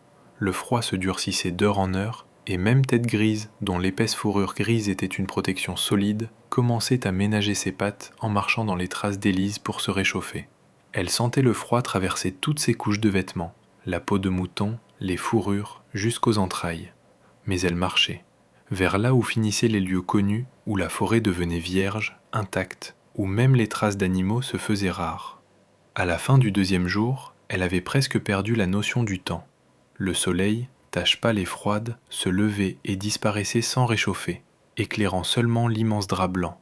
Les branches croulaient sous la neige, et quand le vent forçait, des paquets entiers tombaient des cimes en laissant derrière eux une traîne de poussière argentée. Élise s'enfonçait jusqu'aux genoux, et chaque pas lui coûtait. Tête Grise s'arrêta soudain. Il leva le museau, renifla, et dans ses yeux jaunes passa quelque chose. Pas de l'inquiétude, plutôt de la curiosité. Il tourna la tête vers une petite butte plantée de jeunes pins et aboya une fois, court, interrogatif. Élise le rejoignit, posa la main sur son garrot, écouta. Le vent portait un son étrange. Ni le bruit des arbres, ni un cri d'oiseau. Quelque chose d'égal, de monotone. De l'eau. Glaciale, cachée sous la neige, mais coulante encore. Un ruisseau. Elle suivit le son et, 100 pas plus loin, vit que la butte tombait dans un petit ravin. Au fond, entre des rochers moussus, un mince filet d'eau perçait la glace en laissant une étroite trouée. Et près du ruisseau, contre le talus, s'ouvrait l'entrée sombre d'une petite grotte, peu profonde, mais assez large pour y entrer sans se plier. Élise s'agenouilla, regarda dedans. La grotte était sèche. Des parois de sable compact et de pierre, un sol couvert de feuilles mortes et d'aiguilles apportées par le vent. Elle passa la main sur la terre, froide mais sèche. Et elle comprit, c'était le salut. « On est chez nous », murmura-t-elle à Tête Grise. Ils y traînèrent des brassées de branches sèches et d'écorces qu'Élise trouva au pied de la butte. Ils firent un petit feu près de l'entrée pour que la fumée s'échappe, et bientôt il fit chaud à l'intérieur. Tête Grise se roula en boule à ses pieds, et Élise resta assise à regarder les flammes, sentant le gel lâcher lentement son corps. Elle sortit son dernier morceau de viande séchée, le partagea. La plus grosse part pour le loup, la plus petite pour elle. Ils mangèrent en silence, et dans ce silence, il y avait de réconfort que dans n'importe quelle maison d'homme. Dehors, la tempête hurlait, la neige comblait l'entrée, mais à l'intérieur, il faisait chaud, et la vie tenait bon dans un petit foyer. La tempête dura 3 jours. 3 jours durant lesquels Élise et Tête Grise restèrent dans la grotte, serrés l'un contre l'autre, à écouter le vent gémir et pleurer au-dessus de leur abri. Les provisions s'achevèrent le 2e jour, et la faim devint une compagne insistante, aiguë. Élise économisait chaque bouchée, mais sentait ses forces décliner d'heure en heure. Le 4e jour, la tempête tomba. Élise passa la tête dehors et ferma les yeux, éblouie par une lumière blanche. Il en était tombé tellement que l'entrée était comblée à moitié. Elle se fraya un passage avec les mains et les pieds et s'arrêta, saisie par la beauté du monde. Tout était enseveli. Les arbres portaient des bonnets blancs, chaque branche était ornée de dentelles de glace, et l'air était si pur, si transparent, qu'on croyait voir à des kilomètres. Le soleil s'était enfin montré pour de vrai, et ses rayons, réfléchis par la neige, aveuglaient. Très haut tournait une corneille, seule tache sombre dans ce royaume blanc et muet. Élise regardait ce monde et se disait qu'elle était peut-être la dernière âme vivante sur terre, que tout le reste avait disparu, s'était noyé dans cet océan de neige, et qu'il ne restait qu'elle, un loup, et ce froid infini et magnifique. Elle se tourna vers Tête Grise. Il était là, à renifler, son souffle en petits nuages. Il avait faim, mais ne se plaignait pas. Il attendait. « Il faut y aller », lui dit-elle. « Il faut trouver quelque chose, où nous ne passerons pas l'hiver. » Elle se leva avec un sourire aux lèvres. Dehors commençait un nouveau jour, gelé, clair, plein de vie. Elle enfila ses peaux, prit le fusil et sortit dans la lumière. Tête Grise courait derrière elle, en laissant des traces dans la neige fraîche. Ils traversaient la forêt blanche, et Élise sentait croître en elle quelque chose de nouveau, quelque chose de fort, de lumineux, de presque oublié, de l'espoir. Elle ne savait pas ce qui l'attendait. Peut-être une autre tempête, peut-être la faim, peut-être une rencontre avec ceux qui voudraient lui reprendre sa liberté. Mais elle était prête. Elle était une louve, et elle suivait sa piste, seule, mais pas solitaire. Février s'achevait, les jours s'allongeaient, et même dans ce monde rude et enneigé apparaissaient de timides signes d'éveil. Le matin, le soleil montait plus haut, et ses rayons n'étaient plus aussi glacés qu'en janvier. La neige tassait, découvrant des taches sombres au pied des arbres, et quelque part sous la croûte, on entendait un murmure à peine perceptible. L'eau se réveillait sous la glace. Élise partit chasser tôt, comme d'habitude. Elle se sentait forte et légère. Son corps s'était habitué au froid, à l'effort, à cette vigilance permanente. Le fusil à l'épaule, le couteau à la ceinture, et Tête Grise à côté. En un hiver, il était devenu une bête imposante, au pelage épais, aux yeux jaunes et intelligents, où ne subsistait plus rien du voile laiteux de l'enfance. Il regardait le monde avec attention, mais avec calme, comme un véritable maître des lieux. Il suivait une vieille trace de cerf qu'Élise avait repérée la veille. Il fallait de la viande, les réserves s'épuisaient, et il restait encore plus d'un mois avant le printemps. Tête Grise la guidait avec assurance, s'arrêtant parfois pour renifler, et Élise lui faisait confiance comme à ses propres mains. Ils débouchèrent dans une petite clairière baignée d'un soleil pâle. La neige y était profonde, mais régulière, et les traces du cerf s'enfonçaient dans une sapinière dense. Élise s'arrêta, écouta. Le silence était tintant, transparent, et dans ce silence retentit soudain un son qui la glaça de l'intérieur. Un craquement de neige, un pas lourd et lent, et une voix. Rauque, avinée et bien trop familière. « Ah, la voilà, ma... » Élise se retourna si vite que le sang lui monta à la tête. De derrière un vieux pin, titubant, il sortit. Lui, hirsute, dépenaillé, les yeux rouges et injectés. Dans sa main, un couteau de chasse, long, rouillé, mais toujours mortel. Il souriait, de travers, comme un dément, découvrant ses dents jaunes. « Je t'ai cherché, dit-il, et sa voix était basse, sifflante, comme celle d'un serpent. Longtemps. Tu croyais te cacher de moi dans les bois ? Il rit, et le rire se changea en tout. Idiote, tu ne m'échapperas jamais. Élise recula d'un pas en levant le fusil. Son cœur battait dans sa gorge, mais ses mains ne tremblaient pas. Elle le regardait, cet homme qui avait été son pire cauchemar, et constatait avec étonnement qu'elle n'avait pas peur. Non, elle éprouvait une rage froide et calme. « Va-t'en, dit-elle avec fermeté. Va-t'en avant que je tire. » Il éclata de rire, la tête renversée. « Tire donc. Toi ? Tu n'es qu'un chiffon avec lequel je m'essuyais les pieds. Tu n'oseras pas. Tu es à moi. Tu l'as toujours été, et tu le resteras aussi longtemps que je vivrai. » Il fit un pas, puis un autre. Le couteau brilla au soleil, d'un éclat froid et méchant. Et à cet instant, Tête Grise, immobile jusque-là, observant l'inconnu avec un intérêt silencieux, se mit à gronder. Bas, long, en avertissement. Le poil de son garrot se hérissa, et il avança d'un pas, s'interposant devant Élise. L'homme s'arrêta, fixa le loup. Dans ses yeux passa l'ombre d'une surprise. Mais l'assurance de l'ivresse reprit vite le dessus. « Qu'est-ce que c'est que ça ?» Il ricana et cracha. « Un loup ? Tu t'es accoquiné avec un loup ?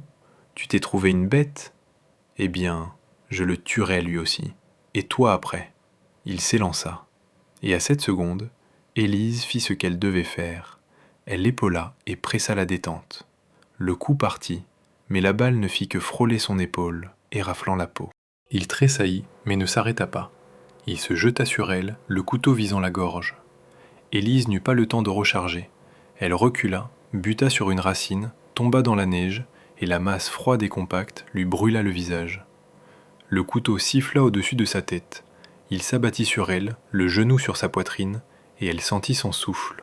Le vin, la haine, la démence. « Tu crèveras ici, » siffla-t-il en levant le couteau, « comme un chien, comme ta mère, dans la boue. » toute seule. Mais il n'eut pas le temps de frapper, car à cet instant quelque chose de gris, de rapide, de plein de fureur et de force s'abattit sur lui. Tête Grise avait bondi, silencieux comme une ombre, et l'avait fait basculer, renversé dans la neige.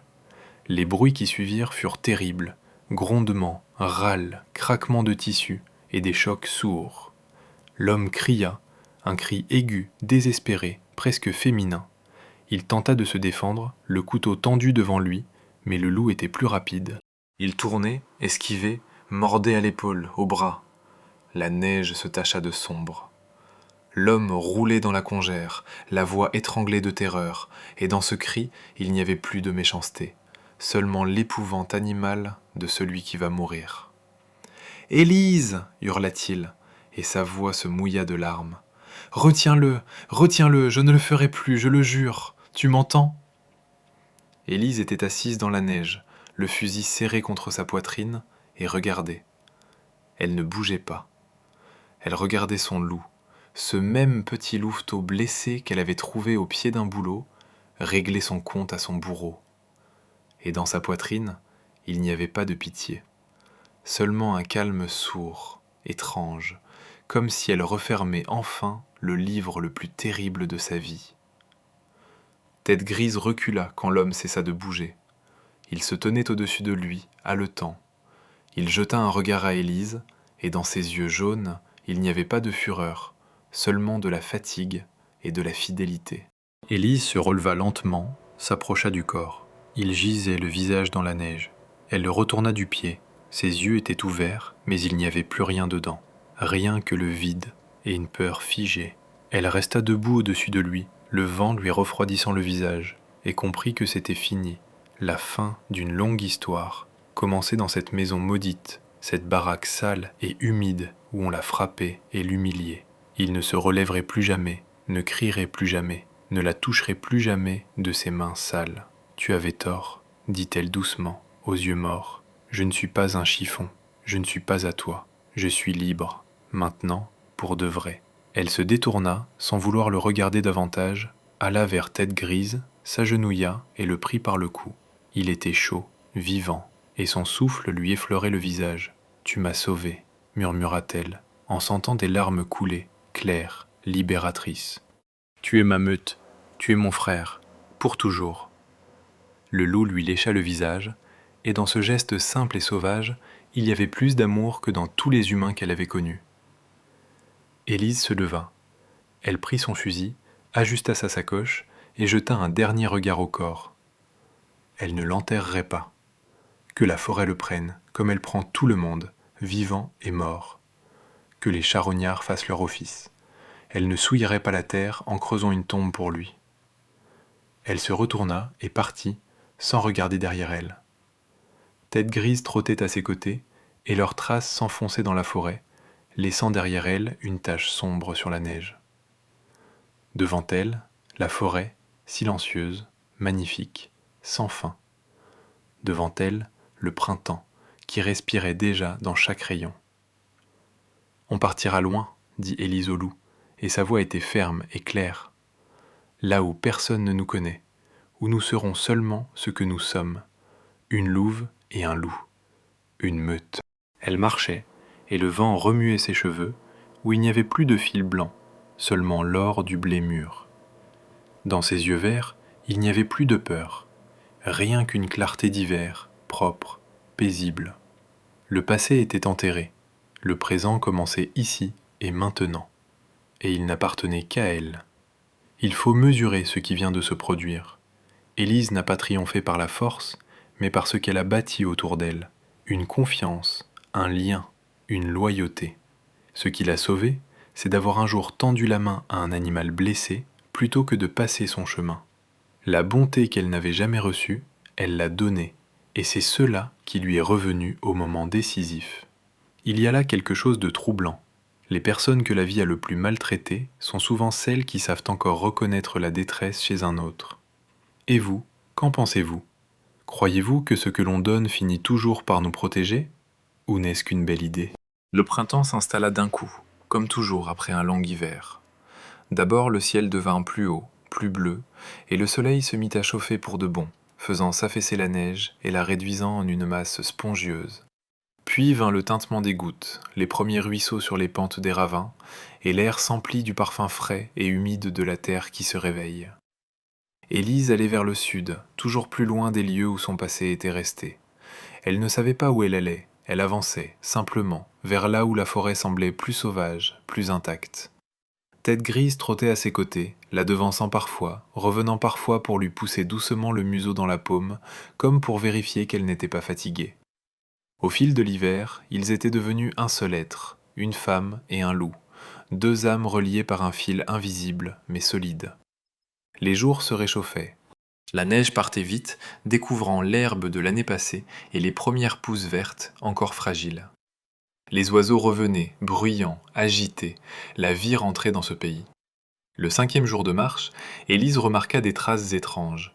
Pas des traces d'animal, non, des traces humaines, des empreintes de sabots grossiers, très semblables à ceux qu'elle portait elle-même. Et elle ne menait pas vers un village ou une habitation, mais au plus profond de la forêt, là où même elle hésitait à s'aventurer. Élise s'arrêta, s'accroupit, examina. Tête grise renifla, se figea, mais ne gronda pas. Il dressa seulement les oreilles. « Quelqu'un vit ici, » murmura Élise, et dans sa voix, il n'y avait pas de peur, seulement de la curiosité. Elle avait appris à se fier à son instinct, et son instinct lui disait que ces traces n'étaient pas hostiles. Elles étaient nettes, sans hâte, laissées par quelqu'un qui ne se cache pas, mais ne cherche pas la rencontre non plus. Elle les suivit, prudemment, l'arme prête, mais sans agressivité. Tête grise courait à côté, et son comportement confirmait son impression.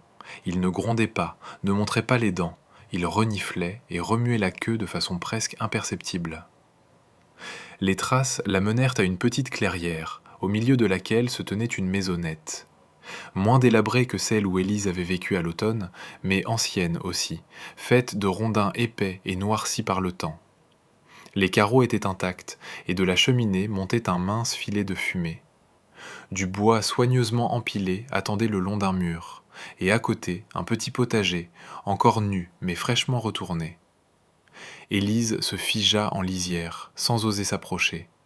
Son cœur battait régulièrement, mais quelque chose de poignant montait en elle. Elle ne savait pas qui vivait là, mais pour une raison qu'elle ignorait, elle ne voulait pas partir. Elle fit un pas, puis un autre. Tête grise gémit doucement, et soudain, de derrière la maison, un gémissement lui répondit, court, interrogatif. Élise s'immobilisa. Un museau apparut à l'angle, roux, les oreilles pointues, les yeux noirs et vifs. Une renarde, comme Flamme, mais un peu plus grande. Elle regarda Élise, puis Tête grise, inclina la tête sur le côté, puis se retourna et repartit d'un mouvement de queue. Élise fit un pas de plus, et la porte de la maison grinça, s'entr'ouvrit, et de là, plissant les yeux dans le soleil de printemps, sortit un homme. Un jeune homme, une vingtaine d'années, pas plus. Grand, mince, les cheveux sombres et longs, négligemment attachés dans la nuque. Il portait une chemise de toile grossière et des sabots pareils à ceux d'Élise. Mais surtout, les yeux. Ils étaient gris, aux pupilles profondes, et on y lisait cette même mélancolie sauvage et méfiante qu'Élise voyait dans son propre reflet. Ils se regardèrent quelques instants sans bouger. La forêt se tut, comme retenant son souffle. Seul le vent remuait les jeunes feuilles, et un oiseau chantait très haut. « Qui es-tu » demanda-t-il. Sa voix était rauque, mais pas dure. Il y avait de la surprise et de la prudence, pas d'hostilité. « Élise » répondit-elle, et le mot s'échappa de lui-même. « Je passe. Je ne savais pas qu'il y avait quelqu'un ici. »« Tu passes » répéta-t-il, et dans ce simple mot, il y avait tant de compréhension, comme s'il savait, lui aussi, ce que c'est que de passer, de se cacher, de fuir un passé. Il regarda Tête grise, assis près d'elle, attentif mais calme.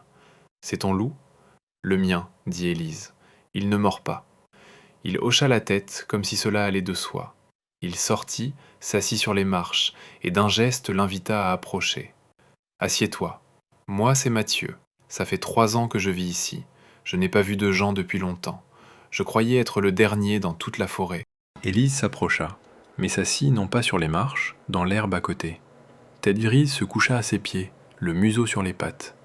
Ils restèrent silencieux, et dans ce silence, il y avait plus d'échanges que dans 1000 paroles vides. Ils parlèrent jusqu'au soir. Mathieu lui raconta son histoire. Elle ressemblait à la sienne comme 2 gouttes d'eau. Son père buvait, frappait, et quand sa mère était morte, il s'était mis à tourmenter son fils. Mathieu avait tenu tant qu'il avait pu. Puis un jour, quand son père l'avait mis dehors en pleine gelée, en simple chemise, il avait fait un ballot et était parti dans les bois. C'était 3 ans plus tôt. Il ne savait pas si son père vivait encore, et ne voulait pas le savoir. Il était parti, il n'était jamais revenu. Je pensais être le seul comme ça, dit-il doucement, en regardant le soleil couchant. Que dans le monde entier, il n'y avait personne d'autre qui, tout simplement, était parti. Parce que là-bas c'était mauvais, et qu'ici c'est bon. Élise se taisait, regardant son profil. Maigre mais solide, la ligne de la mâchoire nette. Il était beau, mais pas de cette beauté qu'on soigne et qu'on montre. Sa beauté était sauvage, vraie, comme celle d'une bête des bois. Et elle s'y reconnaissait. « Mon histoire aussi, c'est un départ, » dit-elle enfin. « J'ai fui mon beau-père.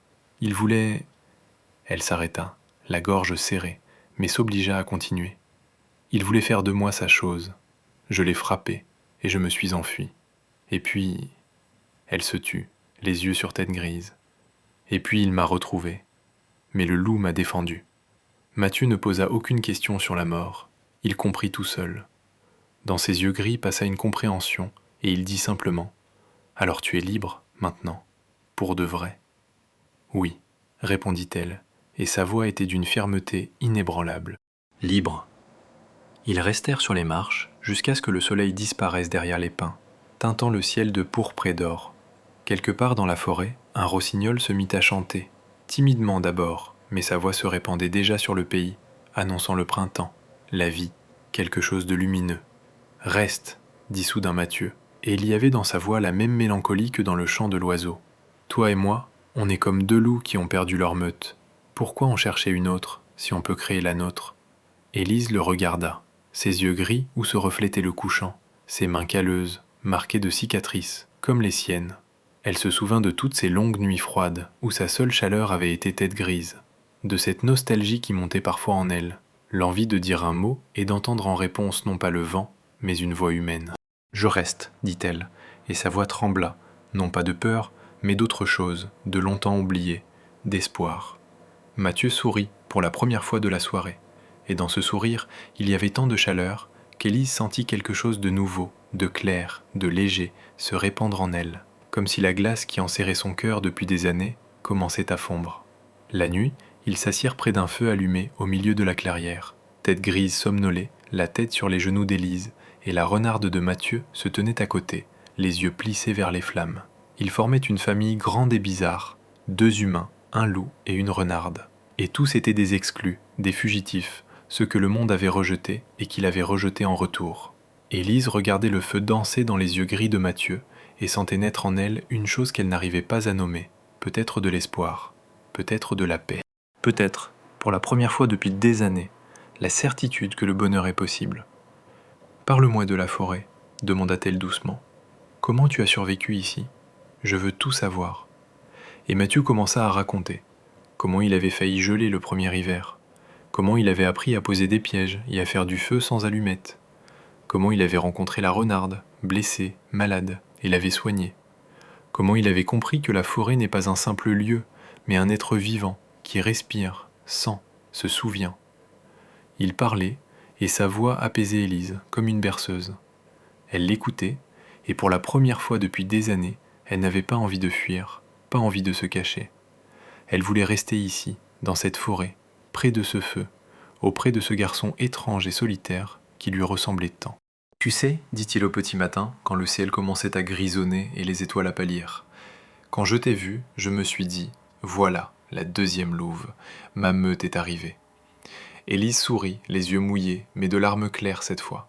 « Ta meute est arrivée, » répéta-t-elle, « et je suis contente de t'avoir rencontré, vraiment. » Il se taisait, regardant l'aube se lever. La forêt s'éveillait, s'emplissait de bruit. Très loin, à la lisière, un loup hurla, seul, long, plein de nostalgie et de liberté. Tête Grise leva la tête, écouta, mais ne répondit pas. Il restait avec eux, parce que sa meute, désormais, c'était ces 2-là, la jeune femme aux yeux verts et le garçon aux yeux gris. 2 pistes solitaires venaient enfin de se croiser, et ce n'était qu'un commencement. Les premiers jours de vie commune se passèrent en apprivoisement silencieux mais paisible. Élise et Mathieu se déplaçaient dans la clairière comme 2 animaux qui s'habituent à la présence de l'autre. Ils parlaient à peine. Les mots semblaient superflus quand on pouvait simplement regarder, écouter, sentir. Mathieu lui montra son territoire. Le ruisseau à truites, les coins à champignons qui, au printemps, se réveillaient à peine, les buissons de framboises et de groseilles sauvages. Tête Grise et la renarde, Mathieu l'appelait Rouille, couraient ensemble, et leur duo roux et gris semblait le prolongement naturel de cette famille étrange mais harmonieuse. Le 3e jour, Mathieu s'approcha d'Élise alors qu'elle étendait sur une corde des bandes de tissu lavé dans le ruisseau. « J'ai un endroit, dit-il, et sa voix portait un espoir timide, presque enfantin. Un peu plus loin dans la forêt, une vieille cabane de guet pour les tourner. Il y avait des gardes forestiers avant. Le toit est bon, les murs sont solides. Si tu veux, on peut s'y installer tous les 2. Ici, on sera à l'étroit. » Élise se retourna en essorant la toile mouillée. Le soleil lui tombait dans les yeux et elle plissait les paupières. Ses yeux gris la regardaient avec un tel espoir que son cœur se serra. « Tu m'invites chez toi ?» demanda-t-elle doucement, et une ombre de son ancienne méfiance passa dans sa voix. Elle avait vécu seule si longtemps que l'idée de partager un toit lui paraissait irréelle, presque impossible. « Je t'invite, » dit Mathieu simplement, et dans ce mot il n'y avait pas la moindre trace de mainmise, pas l'ombre de ces exigences masculines auxquelles Élise était habituée. Seulement un désir sincère, chaud, d'être là. Tu es ma meute, la louve, et une meute vit dans un seul gîte. Élise regarda Tête Grise, assis à l'ombre, attentif à leur conversation. Le loup passa d'elle à Mathieu et remua la queue, comme pour dire « Vas-y, je te suis ». « D'accord, souffla-t-elle, sentant reculer sa dernière peur, la plus profonde. Montre-moi ton gîte. » La cabane se trouvait vraiment au cœur de la forêt, sur une hauteur sèche d'où l'on voyait une mer infinie de cimes vertes. C'était un solide bâtiment de rondins résineux, avec de petites fenêtres orientées aux 4 points cardinaux. À l'intérieur, tout était propre et spacieux. Mathieu, visiblement, y entretenait l'ordre. Contre un mur, un bas-flanc couvert de peaux. Dans un coin, un foyer de pierre au-dessus duquel pendait une marmite noircie. L'endroit sentait le bois sec, la résine et la fumée. Cette odeur domestique et rassurante dont Élise avait été privée pendant tant d'années. Elle entra, passa la main sur un rondin lisse, poli par le temps, et sentit les larmes lui monter aux yeux. Pas de chagrin, mais une gratitude poignante, presque insupportable. Elle avait l'impression d'être tombée dans un conte, celui où il n'y a pas de méchant, où il n'y a que la forêt, le soleil, et ce garçon étrange aux yeux couleur de ciel d'automne. « Ça te plaît ?» demanda-t-il gêné, se balançant d'un pied sur l'autre. « J'ai fait un établi aussi, et des étagères pour les provisions, et j'ai refait le foyer. Maintenant, la fumée tire bien. » Élise se tourna vers lui, les yeux brillants. Elle s'avança, sans trop savoir ce qu'elle faisait, et resta un instant à le regarder de bas en haut. Il la dépassait presque d'une tête, et elle dut lever le menton pour croiser son regard. « Merci, dit-elle, et sa voix se fit murmure. « Merci de m'avoir appelé, de ne pas m'avoir chassé. » Mathieu la regardait, et dans ses yeux se lisait tout, la surprise de cette proximité, un espoir craintif, et cette lumière sauvage et muette qu'elle sentait aussi en elle. Il leva la main, presque sans poids, et effleura ses cheveux. Ce contact fit courir un frisson dans tout le corps d'Élise, mais un frisson qui n'avait rien à voir avec la peur. Quelque chose de tiède, de léger, d'oublié depuis longtemps. « Tu es une louve, répéta-t-il, et il y avait de la tendresse dans sa voix. Et moi, un loup. Comment j'aurais pu chasser ma propre meute ? » Ils restèrent ainsi quelques instants dans la pénombre de la cabane inondée de lumière oblique, et le temps s'arrêta pour eux. On n'entendait que Tête Grise remuer près du seuil, et, très loin, un ruisseau teinté. Puis Mathieu retira doucement sa main et fit un pas en arrière, lui rendant cet espace qu'elle chérissait tant. « Viens, je te montre comment j'ai organisé tout ça, » dit-il avec un sourire léger et chaud. « Tu auras une maison. » Les jours coulèrent, remplis d'une joie tranquille, laborieuse. Ils réparèrent la cabane ensemble. Mathieu rafistolait le toit, Élise calfeutrait les murs avec de la mousse sèche pour que le vent de printemps ne se promène plus dans les angles. Elle apprit à cuire du pain dans le foyer de pierre, avec la farine que Mathieu se procurait chez un vieil ermite installé à 2 jours de marche. Il était âgé, dur d'oreille, mais bon, et il échangeait de la farine contre des pots et de la viande. Le soir, il s'asseyait près du feu devant la cabane. Élise raconta pour la première fois son histoire, tout entière, du début à la fin.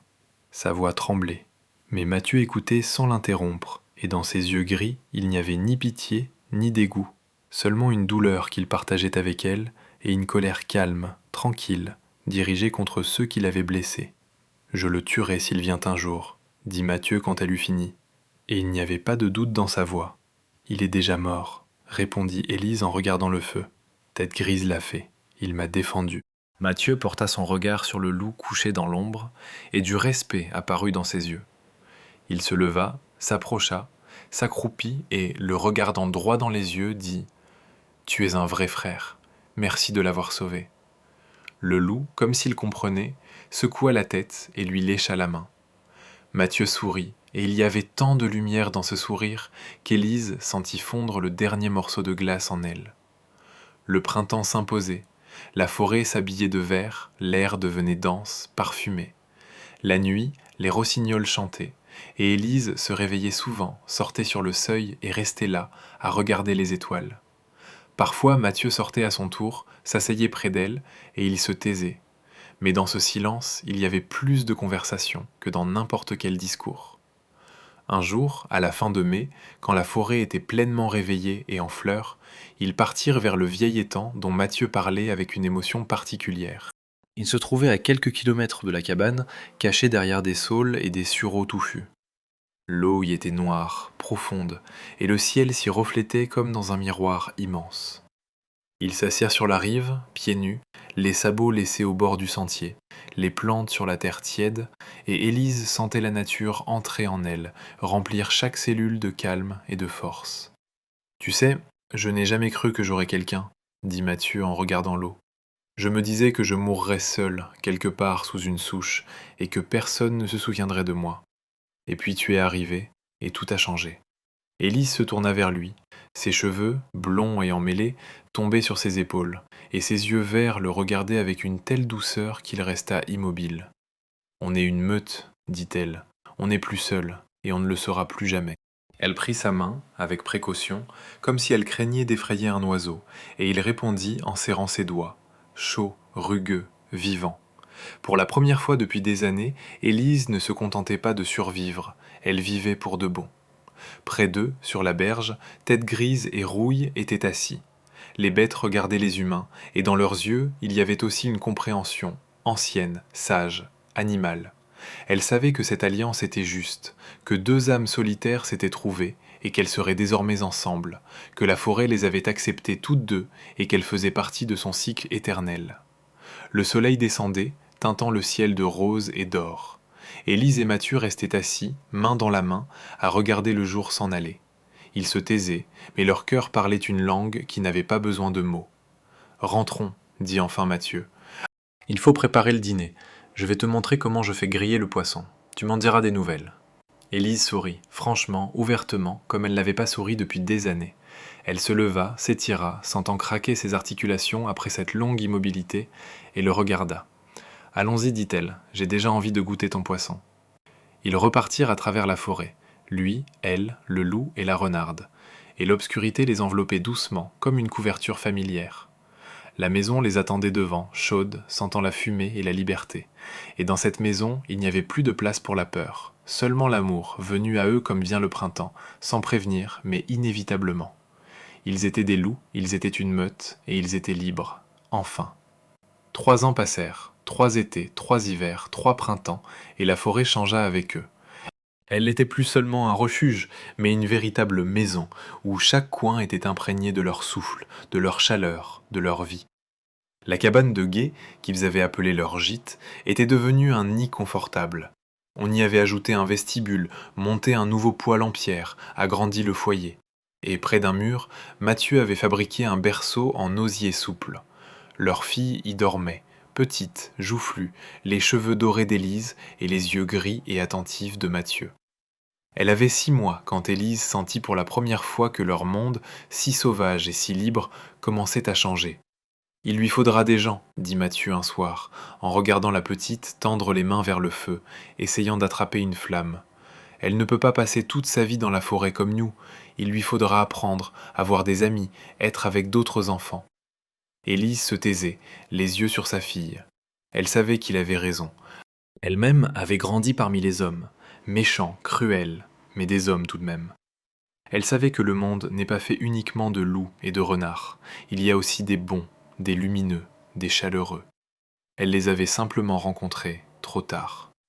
Mais comment revenir ? Demanda-t-elle, et dans sa voix résonnait cette même mélancolie qu'au bord du marais. Nous sommes des étrangers, nous avons oublié comment leur parler, comment être parmi eux. Mathieu s'approcha, la prit par les épaules, l'attira contre lui. Ses mains sentaient la fumée et la résine, et dans cette odeur il y avait tant de familier qu'Élise ferma les yeux et s'autorisa un instant à oublier ses inquiétudes. On ne vivra pas au village, dit-il, on vivra à côté, à la lisière, pour que la forêt soit dans notre dos et les gens devant. On l'élèvera de façon à ce qu'elle connaisse l'un et l'autre. Et quand elle sera grande, elle choisira elle-même. Le hasard arriva sans prévenir, comme arrive toujours le destin. À la fin de l'été, alors qu'il ramassait des champignons, Tête Grise dressa soudain les oreilles et gronda. Des fourrés sortit un vieil homme, voûté, les cheveux blancs, les yeux délavés mais bons. Il portait un panier et s'appuyait sur un bâton. En voyant Élise et Mathieu, il ne s'effraya pas. Il sourit, découvrant une bouche presque sans dents. « Tiens, dit-il, je croyais qu'il n'y avait personne ici, et voilà toute une famille, et un petit avec vous. » C'était un garde forestier à la retraite, qui vivait au village voisin et parcourait encore ses anciens cantons. Il était affable, bavard, et devant leur fille, il s'attendrit aussitôt. « Belle petite, dit-il en tendant une main ridée pour lui caresser la tête. Jolie comme une fée des bois. Mais vous devriez penser à l'avenir, mes enfants. La forêt, c'est bien, mais les gamins ont besoin d'école, de médecins, de monde. Vous êtes jeunes, vous avez de la force. Pourquoi ne pas vous installer au village ? J'ai une maison vide, tout au bord, contre la forêt. Si vous voulez, prenez-la. Personne ne vous ennuiera, j'arrangerai tout. » Élise et Mathieu échangèrent un regard. Ils ne croyaient pas au cadeau du destin, mais le vieil homme les regardait avec des yeux si clairs, si honnêtes, qu'il était impossible de douter. Tête Grise s'approcha de lui, le renifla, et s'assit à côté, la queue battante, comme auprès d'un vieil ami. « Tu es un homme bon, » dit Mathieu doucement. « On va réfléchir. » Ils réfléchirent longtemps. Toute une semaine, ils parcourent la forêt, rassemblant leurs affaires, démontant leur mémoire, morceau par morceau. Tout ce qu'ils avaient construit en ces années, il fallait l'abandonner ou l'emporter. Élise pleura en descendant des étagères, ses boîtes en écorce, et Mathieu, sans rien dire, lui caressa le dos. « On ne quitte pas la forêt, dit-il fermement. On fait juste un pas de côté. La forêt restera avec nous. Elle sera toujours notre maison. Mais les enfants ont besoin du village. » Et ils partirent, emportant l'essentiel, le fusil, les vêtements, les provisions, le berceau. Tête Grise et Rouille trottaient à côté, et cette étrange procession avançait vers la lisière, là où les attendait une nouvelle maison. Une maison d'hommes, mais avec vue sur la forêt. Le village les accueillit avec réserve. Les gens sortaient sur le pas de leur porte, regardaient, chuchotaient. Mais le vieux garde s'avança et fit un geste de la main. « Ce sont les miens, on n'y touche pas. » Et les gens reculèrent. D'abord ils s'habituèrent, puis se mirent à dire bonjour, puis à aider. On donna du lait à Élise pour la petite, des outils à Mathieu pour réparer la maison. Peu à peu ils furent acceptés, comme on accueille des cerfs égarés qui sortent du bois et trouvent la chaleur d'un feu. La maison au bout du village se révéla spacieuse et claire. Les fenêtres donnaient directement sur la forêt, et chaque matin Élise se réveillait en voyant les mêmes pins, le même ciel, le même monde familier jusqu'à la douleur. Mais désormais il y avait des gens autour d'elle, et ils ne frappaient pas, ne l'humiliaient pas, ils souriaient. La naissance du deuxième enfant, un garçon, eut lieu en hiver, quand la tempête hurlait dehors et que le feu ronflait dans le poêle. Élise accoucha dans les bras de Mathieu, et il resta avec elle toute la nuit, épongeant la sueur sur son front, lui tenant la main. Le garçon naquit robuste, les cheveux noirs comme la nuit, et des yeux étonnamment clairs, presque transparents. Il cria fort, avec autorité, et il y avait tant de vie dans ce cri qu'Élise rit à travers ses larmes. « Deux, murmura-t-elle en regardant son mari. Maintenant, on est une vraie meute. Les années passèrent. Les enfants grandirent, couraient dans les bois avec tête grise, cueillaient des baies avec rouille, devenues tout à fait familières. Ils connaissaient chaque sentier, chaque ruisseau, chaque trou d'arbre. Ils étaient les enfants de la forêt, mais aussi ceux du village. Ils allaient à l'école, jouaient avec les gamins du coin, aidaient aux travaux. Et en eux se mêlaient, de façon presque miraculeuse, le sauvage et le libre, l'humain et le bon. Élise s'asseyait souvent sur le perron à regarder sa fille jouer avec le loup et son fils courir après les papillons dans le jardin. Mathieu s'installait près d'elle, la prenait par l'épaule et ils se taisaient, écoutant le vent dans les cimes. Ils n'étaient plus des loups solitaires, ils étaient une famille. Par les racines, ils étaient entrés dans cette terre, par les ailes, ils appartenaient au ciel, à la forêt, à une liberté sans fin. Un soir d'été, quand le couchant peignit le ciel de rose et d'or, Élise prit ses enfants par la main et les emmena dans la forêt. Tête grise, déjà vieux, le poil gris, marchait à côté en respirant lourdement. Ils arrivèrent à cette clairière où elle avait rencontré Mathieu, où il s'était assis près du feu à parler jusqu'à l'aube. « Regardez, dit-elle aux enfants, cet endroit, c'est notre première maison. Ici, nous avons appris à être ensemble. Ici, nous avons compris que même dans la forêt la plus sombre, on peut trouver la lumière. » Sa fille s'approcha d'une vieille souche, s'accroupit, passa la main sur la mousse. « Maman, tu étais ici quand tu étais aussi petite que moi ?» demanda-t-elle. Élise sourit, et des larmes brillèrent dans ses yeux verts. « J'étais ici quand j'avais 19 ans, dit-elle. J'étais complètement seule, mais la forêt m'a accueillie, et j'ai survécu. Et puis j'ai trouvé votre père, et je vous ai mis au monde. Et maintenant, nous sommes une famille, une vraie. » Elle serra ses enfants contre elle. Derrière eux, la forêt bruissait, et dans ce bruit, il y avait tout. Son passé, sa douleur, sa victoire, son amour. Elle n'était plus une louve solitaire. Elle était devenue une louve qui avait trouvé sa meute. Et cette meute était plus forte que n'importe quelle forêt, plus forte que n'importe quel village, plus forte que tout ce qui avait tenté de la briser. Au-dessus de la clairière s'allumèrent les premières étoiles. Élise leva la tête vers le ciel et murmura quelque chose que personne n'entendit, sauf le vent et les vieux pins. Elle remercia la forêt pour le salut, pour la force, pour l'amour, pour tout. Et en réponse, le vent inclina les cimes, comme pour dire « Tu es à moi, toujours ». Elle sourit, prit ses enfants par la main et les ramena vers la maison, là où l'attendait Mathieu, là où brûlait le feu et où ça sentait le pain. Sa maison était désormais partout, dans la forêt, dans le village, dans le cœur de ceux qu'elle aimait. La louve solitaire n'était plus seule. Elle était devenue le commencement d'une nouvelle famille. Et cette famille vivait et vivra tant que bruiront les pins et que couleront les ruisseaux. Tant qu'il y aura sur cette terre de la liberté, tant qu'il y aura de l'amour. Il reste, au bout de ce chemin, une question simple. Élise a mis des années à comprendre qu'elle n'avait rien fait de mal, que la faute n'était pas la sienne. Beaucoup portent toute leur vie une culpabilité qui appartient à quelqu'un d'autre. Et pourtant, ce qui l'a sauvée, ce n'est ni la vengeance, ni l'oubli, mais le fait d'avoir accepté, un jour, de laisser quelqu'un entrer. Un loup, puis un homme, puis des enfants. Et vous, qu'en pensez-vous ? Faut-il d'abord se reconstruire seul avant de pouvoir aimer ? Ou est-ce l'inverse ? Sont-ce les autres qui nous réparent ? Dites-le en commentaire, cela m'intéresse vraiment de vous lire. Merci d'être resté jusqu'au bout. Que la paix soit dans vos maisons, l'espérance dans vos cœurs et la douceur dans chacun de vos jours. Si cette histoire vous a touché, écrivez simplement « paix sur votre maison » en commentaire. Et si vous pensez qu'elle peut réconforter quelqu'un que vous aimez, partagez-la. Prenez soin de vous. À très bientôt.